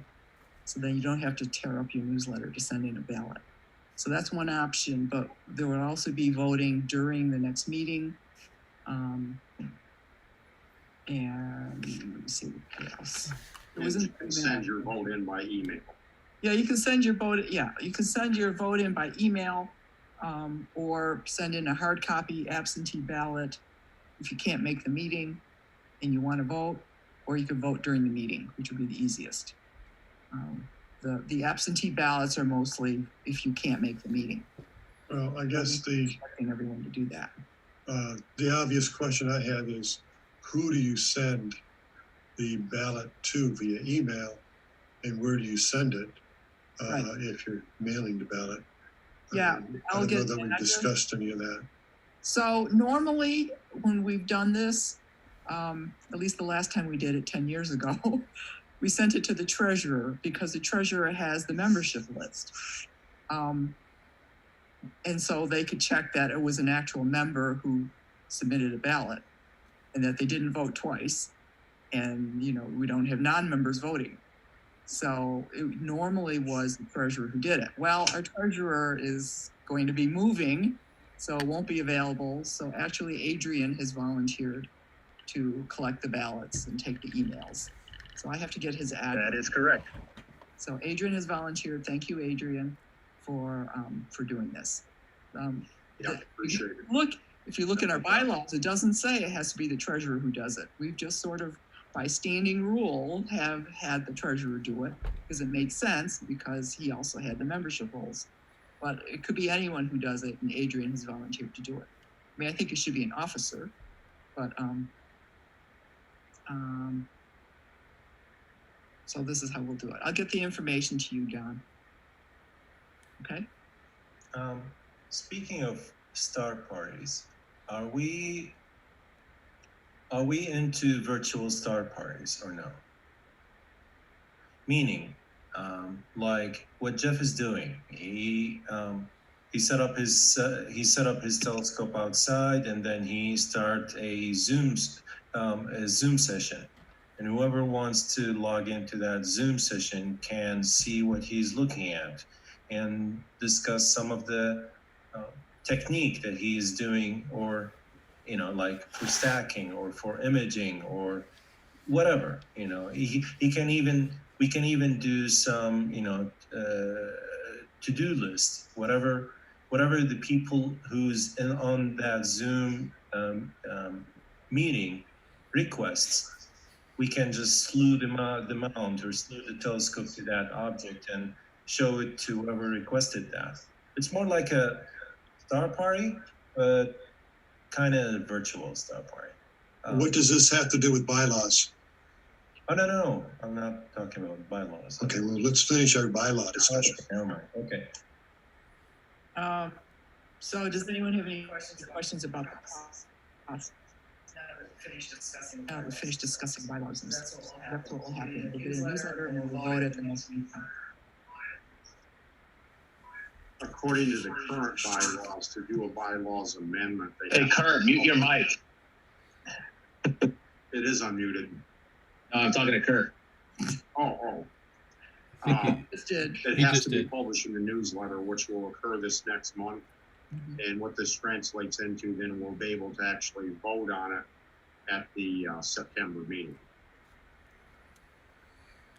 Right. Okay. Thank you, Kathy. You're welcome. And you can see it's generally a modernization of the bylaws. In particular, it was really an answer to, in a sense, the already sort of overused term new normal. Actually, Charlie, you were right when you said that the ballots should be sent to the treasurer. That's what it says right here. Yeah, I thought it was actually in there somewhere. Yeah. Well, since he's moving, we can have a substitute treasurer do it. Yeah. Well, I think there's another section there that says the vice presidents, or maybe it says the officers in general, with communications with the others, can assist any of the other officers with their duties. Yeah, I think so. We're covered there. Yeah. Yeah, I think we're okay. Yeah. Oh, yeah. Okay. All right. Yeah. Good. Appreciate How about to say to treasurer or acting treasurer?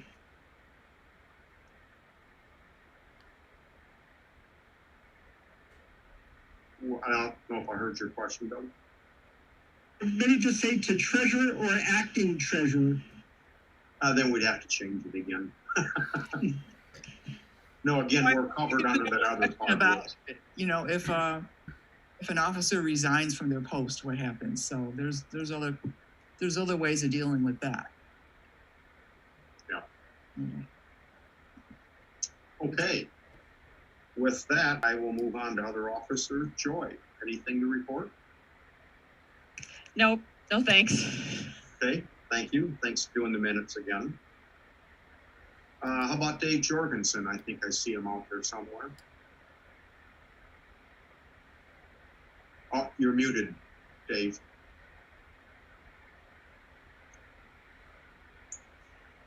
Dave. Okay, how's that? Yeah, you got it. Okay, nothing to report. Okay, I do want to thank you though, David, for sending out the revised meeting information stuff, because I was really in a jam, particularly toward the end of this week.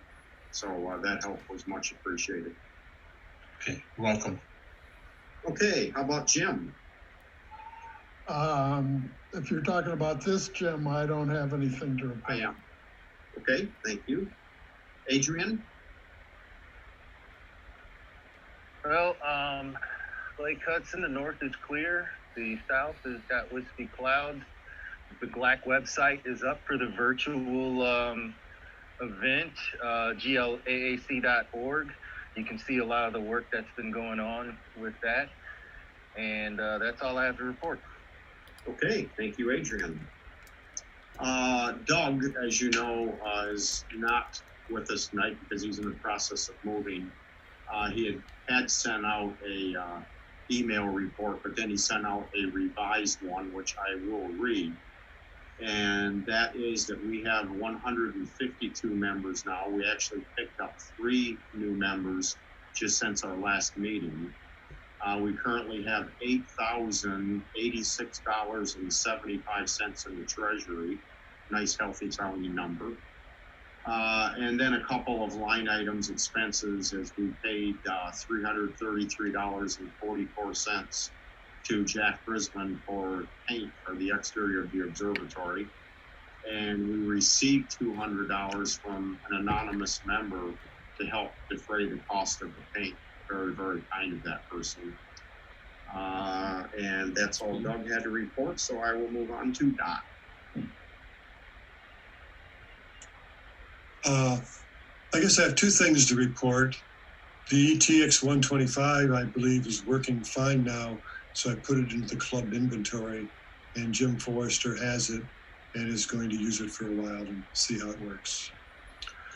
So we've got a new resource there. We have a new member, John Venius, who joined the club, and with some email exchanges, I suggested that he might want to borrow one of the club telescopes, and he sort of took me up on that offer. So Jim and Jack and I talked with him a little bit, and he's likely that he's going to borrow the 8-inch Meade, the F6 8-inch Meade Dob, to get his hands back into astronomy as he'd like to try. So sometime in the next few weeks, we may arrange for him to borrow that telescope. And other than that, that's all I have. Appreciate the work bringing that ATX back to life, Tom. Yeah. I'll have to check it out myself, see how it works. Those things are nice scopes optically. Yeah, the thing, I find it not a very stable mount. The altitude access is sort of jittery. My ETX 90 is the same way.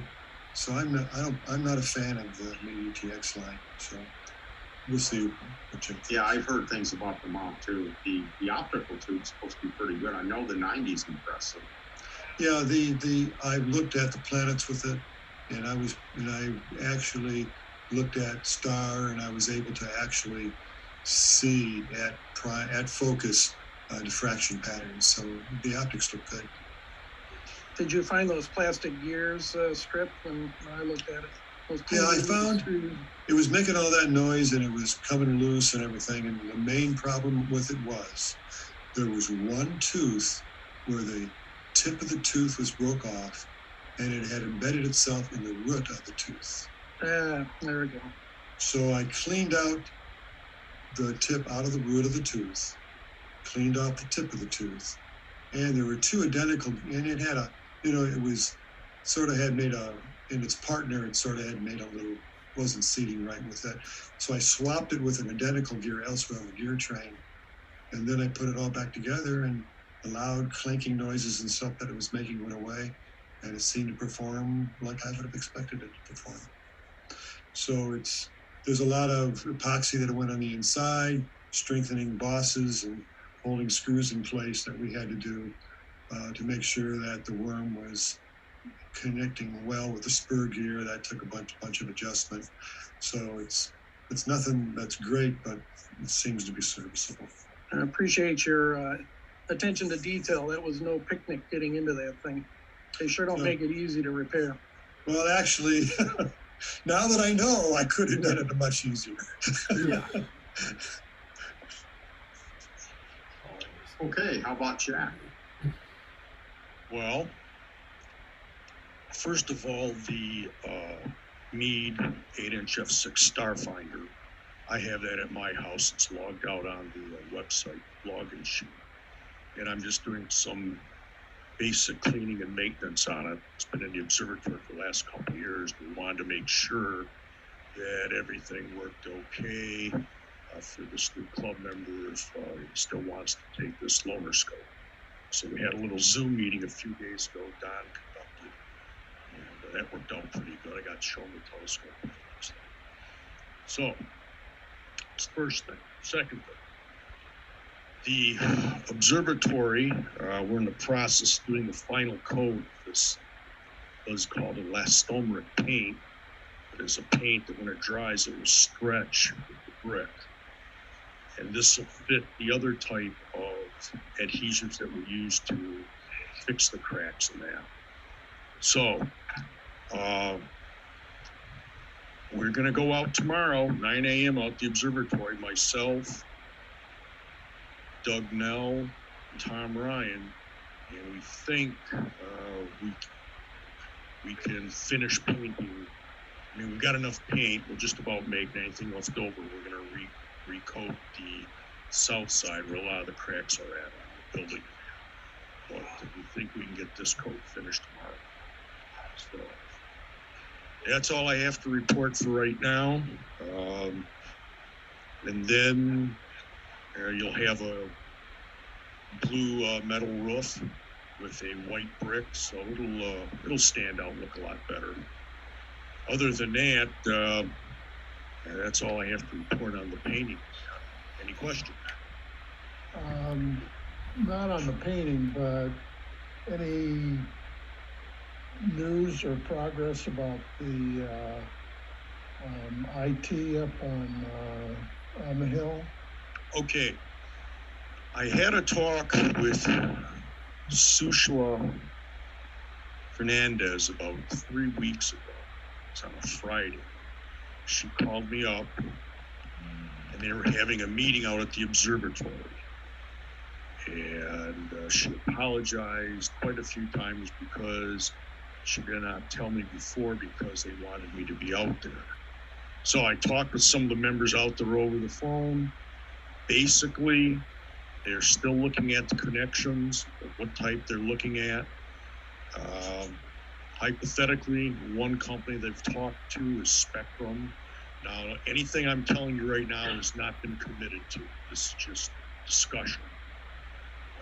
Sure. And will come out later in so many weeks or months because one of the things is the issue of running a line out to Stinchfield Woods. After that, the university would take over the installation of the line and where it goes. So a lot of things are still in the basic stages. And then again, if there is a commitment, well, I mean, there will be a commitment. You're going to have to wait till we get a financial approval on that commitment. Those of you that have paid attention to U of M's finances right now, a lot of programs have been put on hold, and that goes for the repair program for the radio observatory because of all the vandalism, the cameras, and this is what's been driving the internet connections out there for Stinchfield Woods now. And those of you know a few weeks, I think last month when we did the Zoom meeting, I did the meeting out at Peach Mountain live with my hotspot. That did not work out that good. I had a lot of bandwidth problems and that and everything. So even though I have a hookup AT&T and they have a AT&T tower about 6 miles, still didn't. I still had a lot of bandwidth problems in that. So the whole idea of a line going out there and then U of M continue the installation, I'm assuming to building the building or something of that nature. And we'll have to wait and see what's going to be the final word. And the roads? Road's part of the maintenance and repair program. Okay. It's going to have to wait. I mean, that road is not better, it's worse. And even if we were having open houses, I question having the open house with the road like that. Yeah. Somebody with no, I have an all-wheel drive vehicle. I sit a little higher off the ground. But somebody with a sedan, I can see some ruts in there where they drove into that rut with their tire. They're going to drag their frame or their rear, some part of their frame or something. Especially coming down at night, yeah. Yeah, you have to be careful. It's critical driving up there, knowing where to drive on the right-hand side to stay away from the ruts. Coming back at night could be real tricky. And what about the membership using the hill at night? You have to talk to U of M on that argument. There's a sign out there, right out there, that states no groups. And there's a whole new program just of this week. You may have seen in the paper. I don't know if the U of M, I tried to go online today. They just announced it. You know, Ann Arbor and Ypsilanti, 25 people only. U of M campus supposedly is following those guidelines.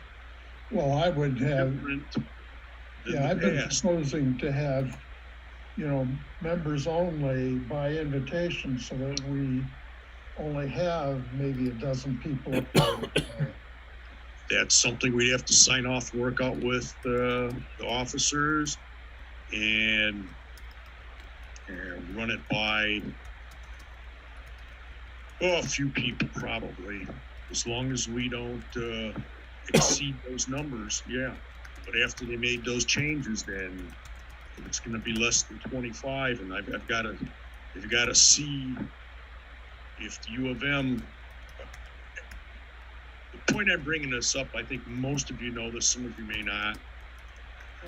Stinchfield Woods U of M property, and those guidelines apply to Stinchfield Woods, as well as a couple other environmental sites that are U of M campus property. So this is the reason we've had to make some closures, plus the state guidelines now, as some of you know, reduce that to 25.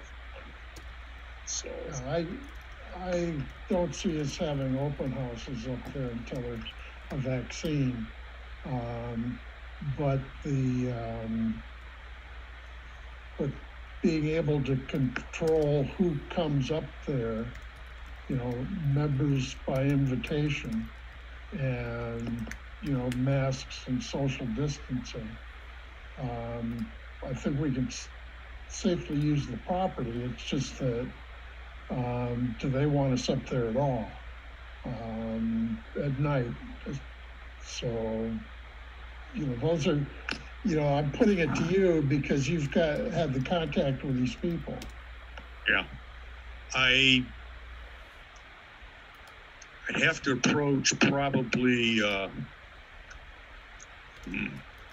SEAS, and the sign out there right now is with U of M Department of Public Service, clearly telling them that you have to wear a mask to be up there, you have to practice social distancing, and yes, I know it's out in the woods, but that's are the requirements of wearing a mask anyway. Yeah, well, so we'd have to follow through, and then we just have to look at the numbers, and then we'd probably have to meet up there at a specific time and close the gate. Because leaving that gate open at night, there's people like people are going to drive up there if that gate's open. Yeah, they're not going to be part of the agreement. So we would have to pick a time frame to meet, let everybody come in, pick a time frame to close, or we could let so many people out at a time and other people could stay a little later. Well, you know, I've done this a long time now, and there have been a couple of occasions when people have forgotten to close the gate behind them, but you know, out of the 100 or so times that I've been up there, you know, I mean, it virtually doesn't, it pretty much doesn't happen that gate is left open.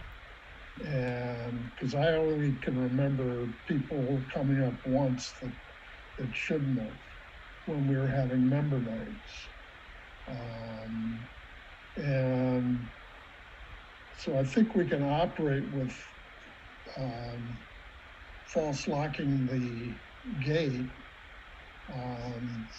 but you know, but I don't think we can put out blanket invitations to the membership, because then things got out of control awfully fast. People can't social distance. So, you know, I would have, I guess the way I'd operate a program like that is to have people who are interested sign up, and that, you know, myself or one of the other officers, you know, put out invitations on a rotating basis, and see who really wants to go up there. Because in the end, you know, visual observers, especially during the week, there isn't a great deal of interest. You know, if it was a Friday or Saturday night, that would be different. But you know, it's something I think we can manage. We've managed that property, at least the parts of it that we've been in charge of, with some astonishing success over the 30 or so years we've been up there. I mean, I'm, you know, pretty impressed with our track record, to tell you the truth. You know, no fights, no drunks. I mean, it's just, you know, been just really well behaved under our stewardship. I agree, But the issue is this whole COVID-19 thing has changed a lot. Yeah, and that's what I'm trying to fit in. Bigger problem I'm gonna have to work out with. I could see doing it. Maybe we could figure out some type of, like you said, email or something to find out those people interested. Limited to that 25 number at the most. Then work with those 25 people, I guess. I was going to say, Kevin Daney and I tried to get a small contingent to our Fish Lake facility, and the university said no. So we couldn't even get 5 to 6 people to Fish Lake, and I would imagine they may be of a similar mood up there at Beach Mountain. And I don't know when and if I can even bring people up to Scherzer, to the observatory, or certainly the planetarium. We'll have to see how that all pans out. But they're being very tight about those kind of policies.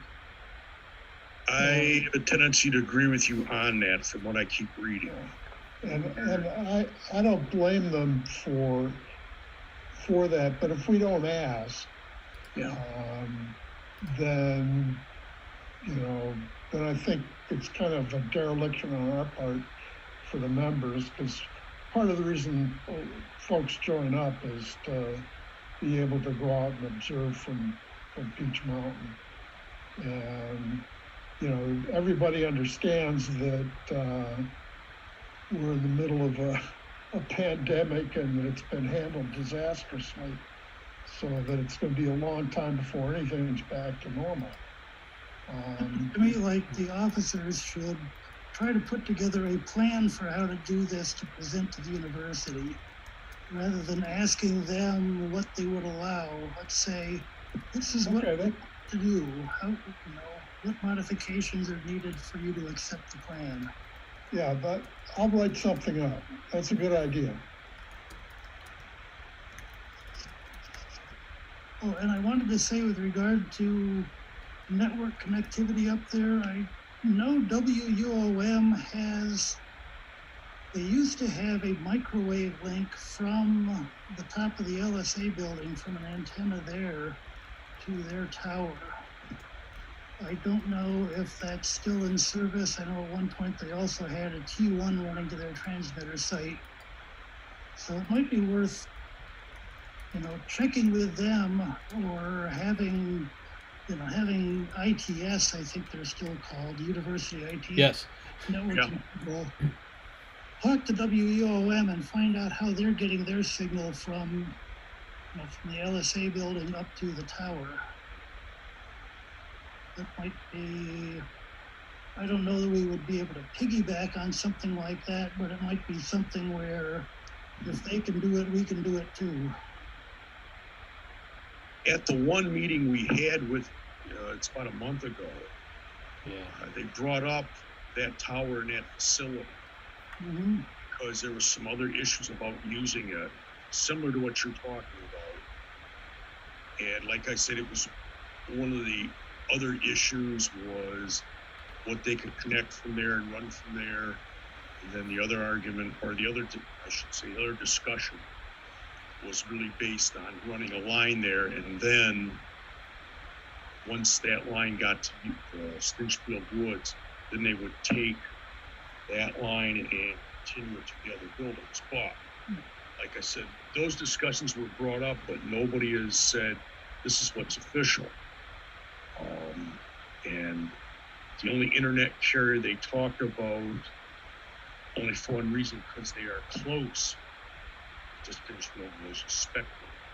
They have a outfit, broadcast, whatever you want to call it, somewhere in Pickwood, it's a couple of miles from them. But if they're going to use them, I don't know. And they may go back to some type of wavelength. They did talk about that with the tower out there. A lot of it's still up for discussion. I think they're looking at costs. How can they do this cost effective? Yeah, well, this is where the ITS network engineering group should be able to, figure out what the best options are. I believe that's who, Jeff, was that the group? ITS? Yeah, ITS is the group involved, and Eric Boyd is I don't know if he's project manager or whatever, but he's in charge of this particular area and has been discussing with various people.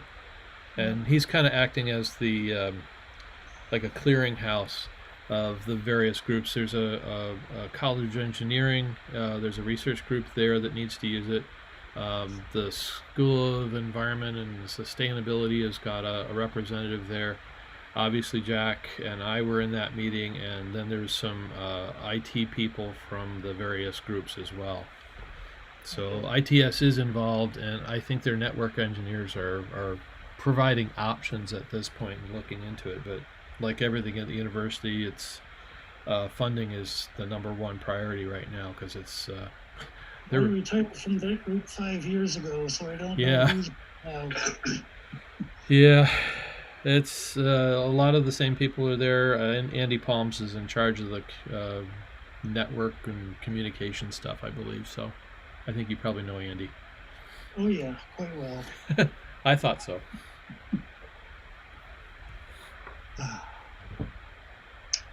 Okay. It's nice to see Krishna able to actually attend the meeting. What have you got, Krishna?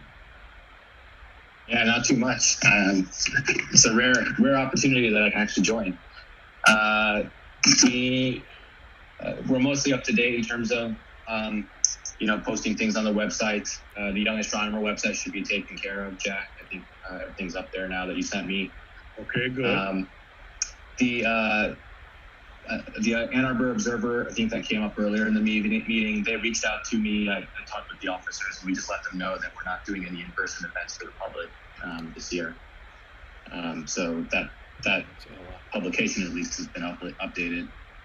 And then just interestingly, I manned the Ask the Lowbrows email. That's one of the webmaster roles, and there's other people who are on that email as well. And I found out through that the undergrads at Michigan started a podcast about astronomy. And they sent us information about one of their episodes where they interviewed Patrick Seitzer on his research on space debris. So one of the professors in the astronomy department.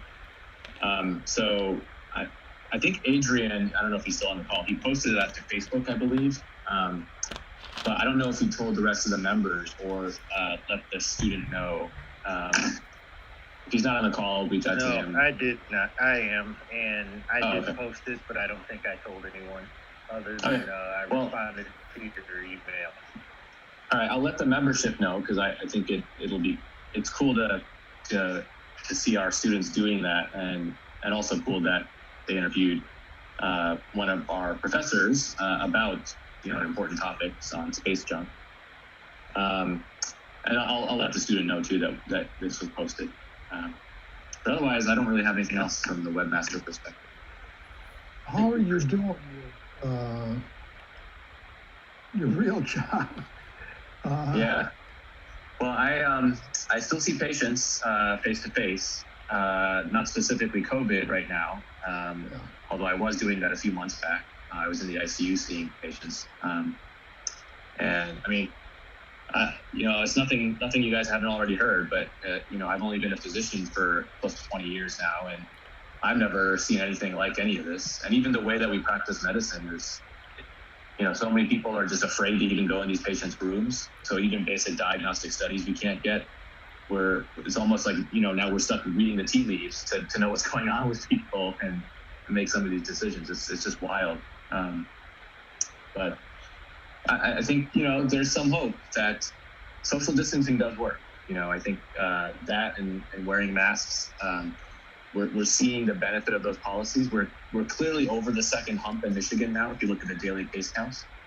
And our hospital, back when I was in the ICU in April, our hospital was, we have about 900 to 1,000 beds, adult beds. And we had over 300 patients with COVID at the time that I was on back in April. So, over a third of our hospital was just full of COVID. And this past week, it's about 10. So, I mean, that's encouraging. Yeah. And so that was the first hump. And then we had a second hump. And that is, we're clearly at the end of that second hump, where we go from here is anyone's guess, but the projections and the modeling taking into account continued social distancing and the fact that schools aren't reopening. At least Ann Arbor public schools and many other public school districts have said that they're not reopening. I think that's all encouraging. And I think there are at least 5, maybe 6 vaccine candidates in phase 3. And the data from there are encouraging. It seems that all the candidates seem to be very safe. They seem to be very highly immunogenic. It does look like we're going to need probably more than 1 dose for full immunity, which is kind of a bummer. But they're coming. So Tony Fauci is still holding to the fact that in the next few months, that at least 1 or more of these candidates will be approved, and that we'll start seeing doses getting shipped. So I'm hopeful. Not all my colleagues are like that. Some are much more doom and gloom, but I'm hopeful that there's some light at the end of the tunnel, that 2021 will look a little bit better. Not all of the places are not having school opening. My area, all the schools are opening. Even Hillsdale College is opening. So we're lucky. Yeah, and that's true. There are ways to open schools safely. It's very challenging to do, especially for the younger classes, like grade schools. But yeah, schools opening in and of themselves are not disastrous and won't necessarily set us back, but that has to be done with a lot of thoughtfulness and insight. I'm on one of the committees for one of the schools here in Ann Arbor, and all the kinds of things that you have to think about, like traffic flow in the hallways, having it be unidirectional.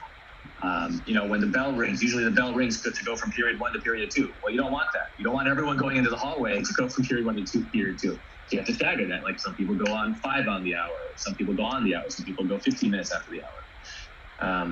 Even things like most of the toilets in public schools, they don't have lids on them, right? So, and we know that coronavirus is in stool, and it's a potential way to transmit it. And we also know that when you flush a toilet, it aerosolizes these things. So it turns it from just droplet to respiratory. So it's like an especially bad thing. But can you even retrofit the toilets in these schools to be more safe that way? And doing classes outdoors and these kinds of things, taking advantage of the fact that the weather's not going to be terribly cold for the first month or 2. These are all things that you have to think about, but it takes an incredible amount of planning and foresight. But honestly, I think taking Ann Arbor Public Schools, for example, if they're not going to open now, I don't see them opening until we basically have no community transmission and a vaccine in place. Because we're clearly over the hump. We're about as good now as we have been during this whole pandemic. And if they're not willing to do it now, I don't see them doing it anytime soon. Not to mention winter is coming.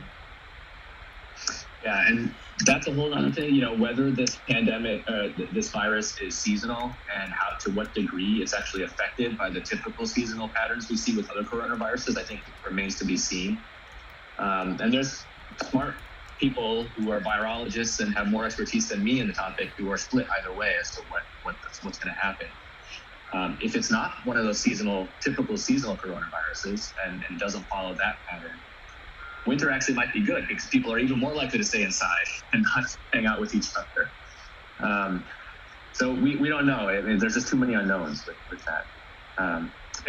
So Krishna, I was going to ask you about getting a flu shot, if you would still recommend that, just for taking care of the regular flu season, regardless of how coronavirus turns out. Yeah, I mean, I think absolutely. The people who are at highest risk should definitely do it. There are co-infections that happen, and nobody wants COVID. You certainly don't want COVID and flu at the same time.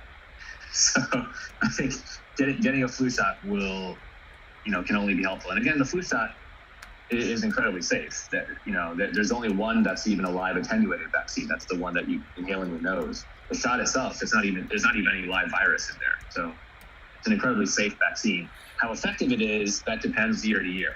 The flu is one of those that you have to sort of guess what the strains are that's going to be circulating.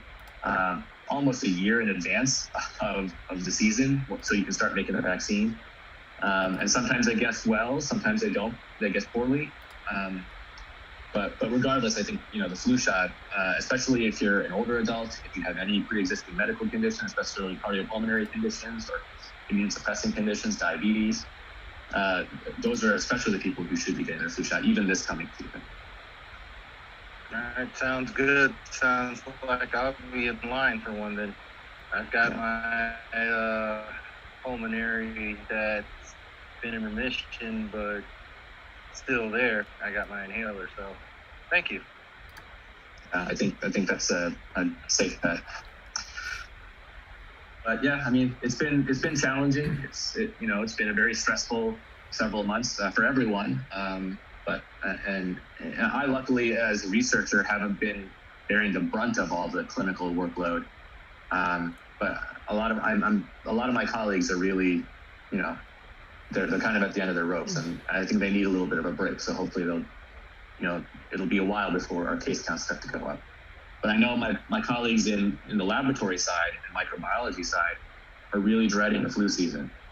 Because if we have to test everyone for corona and flu that are coming in, we aren't going to have enough supplies. Like we're going to run out.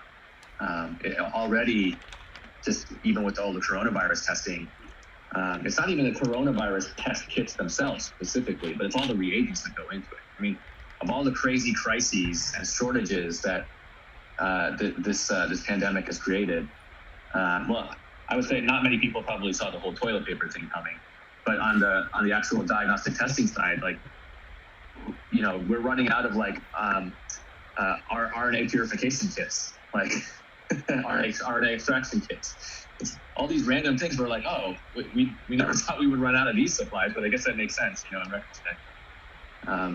But yeah, if people aren't socially distancing and the flu starts circulating, if they're not getting their flu shots and the flu starts circulating, and we have a bad flu season in addition, that's a disaster. And so I hope that doesn't happen. So get your flu shots and continue the social distancing. Awni, I've got a request here from Jenna. How do you pronounce your last name? Last name is Hafedh. Hafedh. There you go. Okay. And first name, that's what I always say to Starbucks. My first name sounds like, ow, my knee hurts. Okay, Nice. so Awni Hafedh. It's not Awni, it's Awni. There you go. Ow. Okay, got it. Yes. Or maybe like a little southern accent on it or something. I just say my name is Bob at Starbucks. It's not worth it. Yeah, well, sometimes I give up and I'm just Tony.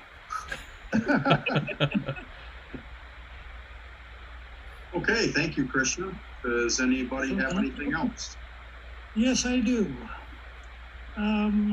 Most of you, I think, remember Mark Cray, who made, among other things, a 6-inch finder on the 24 and eyepieces and all sorts of stuff. Anyway, his sister took possession of a lot of his astronomical stuff, and she is about to move down to Florida. So I guess she got a hold of you, Charlie, to ask if you would be interested in Mark's old scope. And for various reasons declined, but the message was forwarded to me. Turns out I've got a friend who's been looking for a scope for a long time and hasn't really had much in the way of money. So with Kim's approval, that scope is now in the hands of somebody who took it out the very first night after we picked it up. Despite the fact that the finder is missing a diagonal across their eyepiece, and the other eyepieces are ones I had to scrounge out of my basement. So that scope has gone to a good home. Excellent. And a donation will be made to the club. I'll be dropping that check off tomorrow in Mark's memory. Excellent. That's good news. Thank you. It's always nice to see his scope go to somebody who actually uses it. Yeah, absolutely. That'll make Mark happy. Mm-hmm. Anybody have anything else? Charlie, I sent a little notice out about Doug Scoble moving to Traverse City, and while I was up there last week on vacation, I came across that little Enerdyne place in Sutton's Bay. And I don't know if anybody's been up there, if you're ever in Traverse City. Be warned, if you walk into that store, you will find yourself walking out with hundreds of dollars of equipment. If you're able to. I've never seen so many Teleview eyepieces on one wall and shelf other than Teleview itself. It was a neat little discovery. So Doug's going to be in good hands up there, and the guy that runs that was a former instructor at Michigan, Northwest Michigan College up there, and it was a neat little store to visit. So if you're in the TC area, it's worth checking out. And you say that's in Sutton's Bay? Sutton's Bay, up around on the west side of the bay. Yeah, it's up in that part. Yeah, way up there. Yeah. But nice dark skies. Yeah, but I was very impressed with the store. I've been there many times. Oh, okay. Yeah, you know what I'm saying then. Yeah. Well, Awni was asking about virtual star parties. Well, should we circle around and revisit that topic? If I may, too, I wanted to touch on, Awni brought up a good point. I know Brian Autumn did a nice little session a month or two ago on online. I plan to be doing a few virtual observations for my lab classes and for my lecture class in much regard up on Scherzer. So I will be experimenting with that and putting it to work here in the next month or so. So hopefully it'll work out. It's very easy to do with the moon. The planets, so, but the fainter stuff, Brian's quite expert at that. We've had some success using the live stacking abilities on some of the dark stuff. Doug Swetzig, I think that's how you pronounce it, Don Swetzig, and myself, I think Doug Bach, and well, Brian, of course. So. Yeah, there will be plenty of that for virtual AATB. Yeah. Right after sunset, we're calling anyone and everyone who can do virtual sessions. Brian is committed to doing the session as soon as we can, which is a little later in the night. Doug from Boot Hill. But yeah, do a virtual session. You are more than welcome to let us know, and we'll have to figure out links to get you, where you can share your camera and things like that. We definitely need as many as we can get because we won't have real telescopes, but the more virtual telescopes, the merrier. Yeah, we'll make it happen. It was interesting watching the virtual mosquitoes buzzing around Adrian's head earlier. Saw that. Yeah, they weren't. I don't think they were virtual. No. That's too bad. In fact, I had to turn the camera away so I could smack myself a few times. Speaking of virtual, I also can do virtual with my setup. I mean, I got the Hyperstar for any faint objects. I got the Mac in case we need, if we plan to do some planetary imaging. I got even the solar scope, the one that I showed you guys in the beginning, for solar imaging. Now, I don't know about solar imaging because that's going to be like in daytime and I work.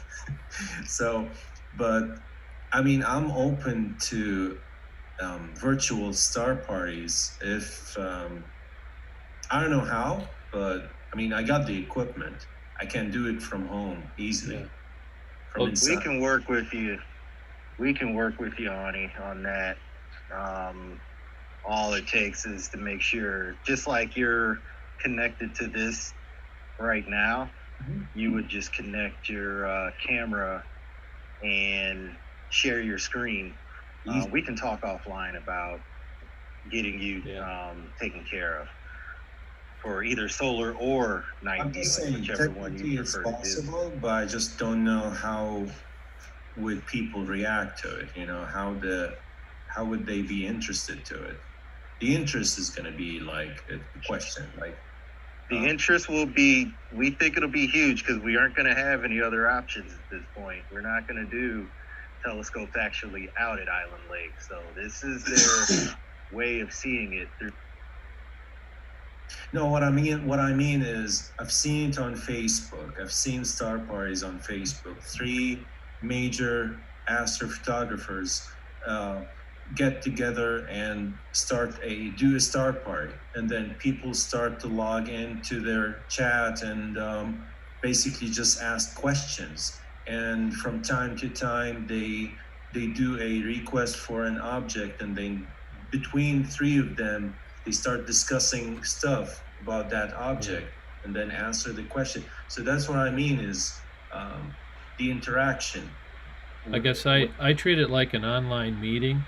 So I just fire up I have a Zoom meeting dedicated to the Orange Can stuff.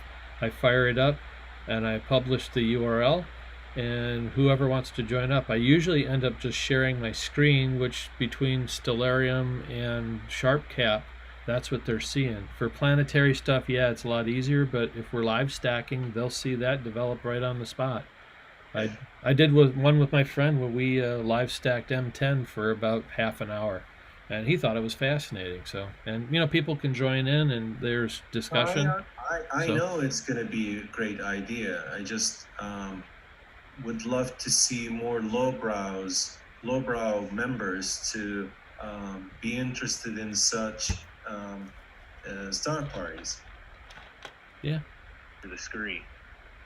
Well, there is a limitation to hook going as far as lowbrows joining in and watching.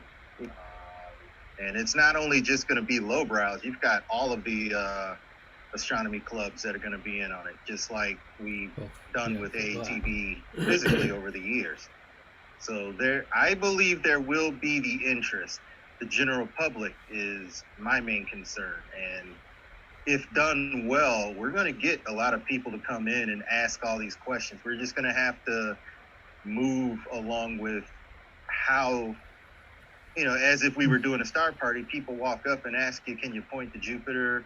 They'll ask questions. You'll just have to flow with the event as if we were there live. And whatever limitations we have, well, those are our limitations. But we'll do the best we can, because it's the first time we are doing this on this kind of a scale. So it'll be new. Hopefully it'll turn out well. I'm going to have to log off, guys. So. Yeah, I was just going to say it's pushing 10 o'clock. It's been a long meeting, so if nobody has anything else, I'd like to hear a motion to adjourn. Motion to adjourn. Okay, I see support from Joy. All right, thank you very much, everybody. We'll see you next month. Okay, good night. All right. Good night, everyone. Great seeing everybody. Same here. Okay.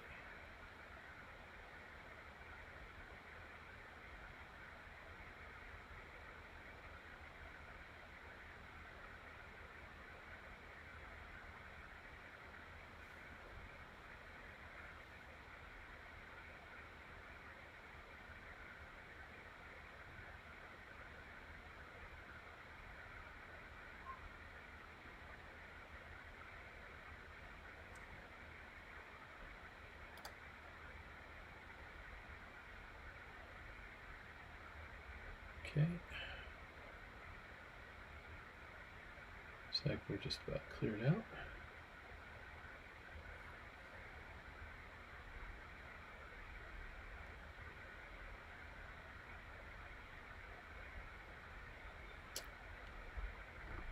Okie doke. This will.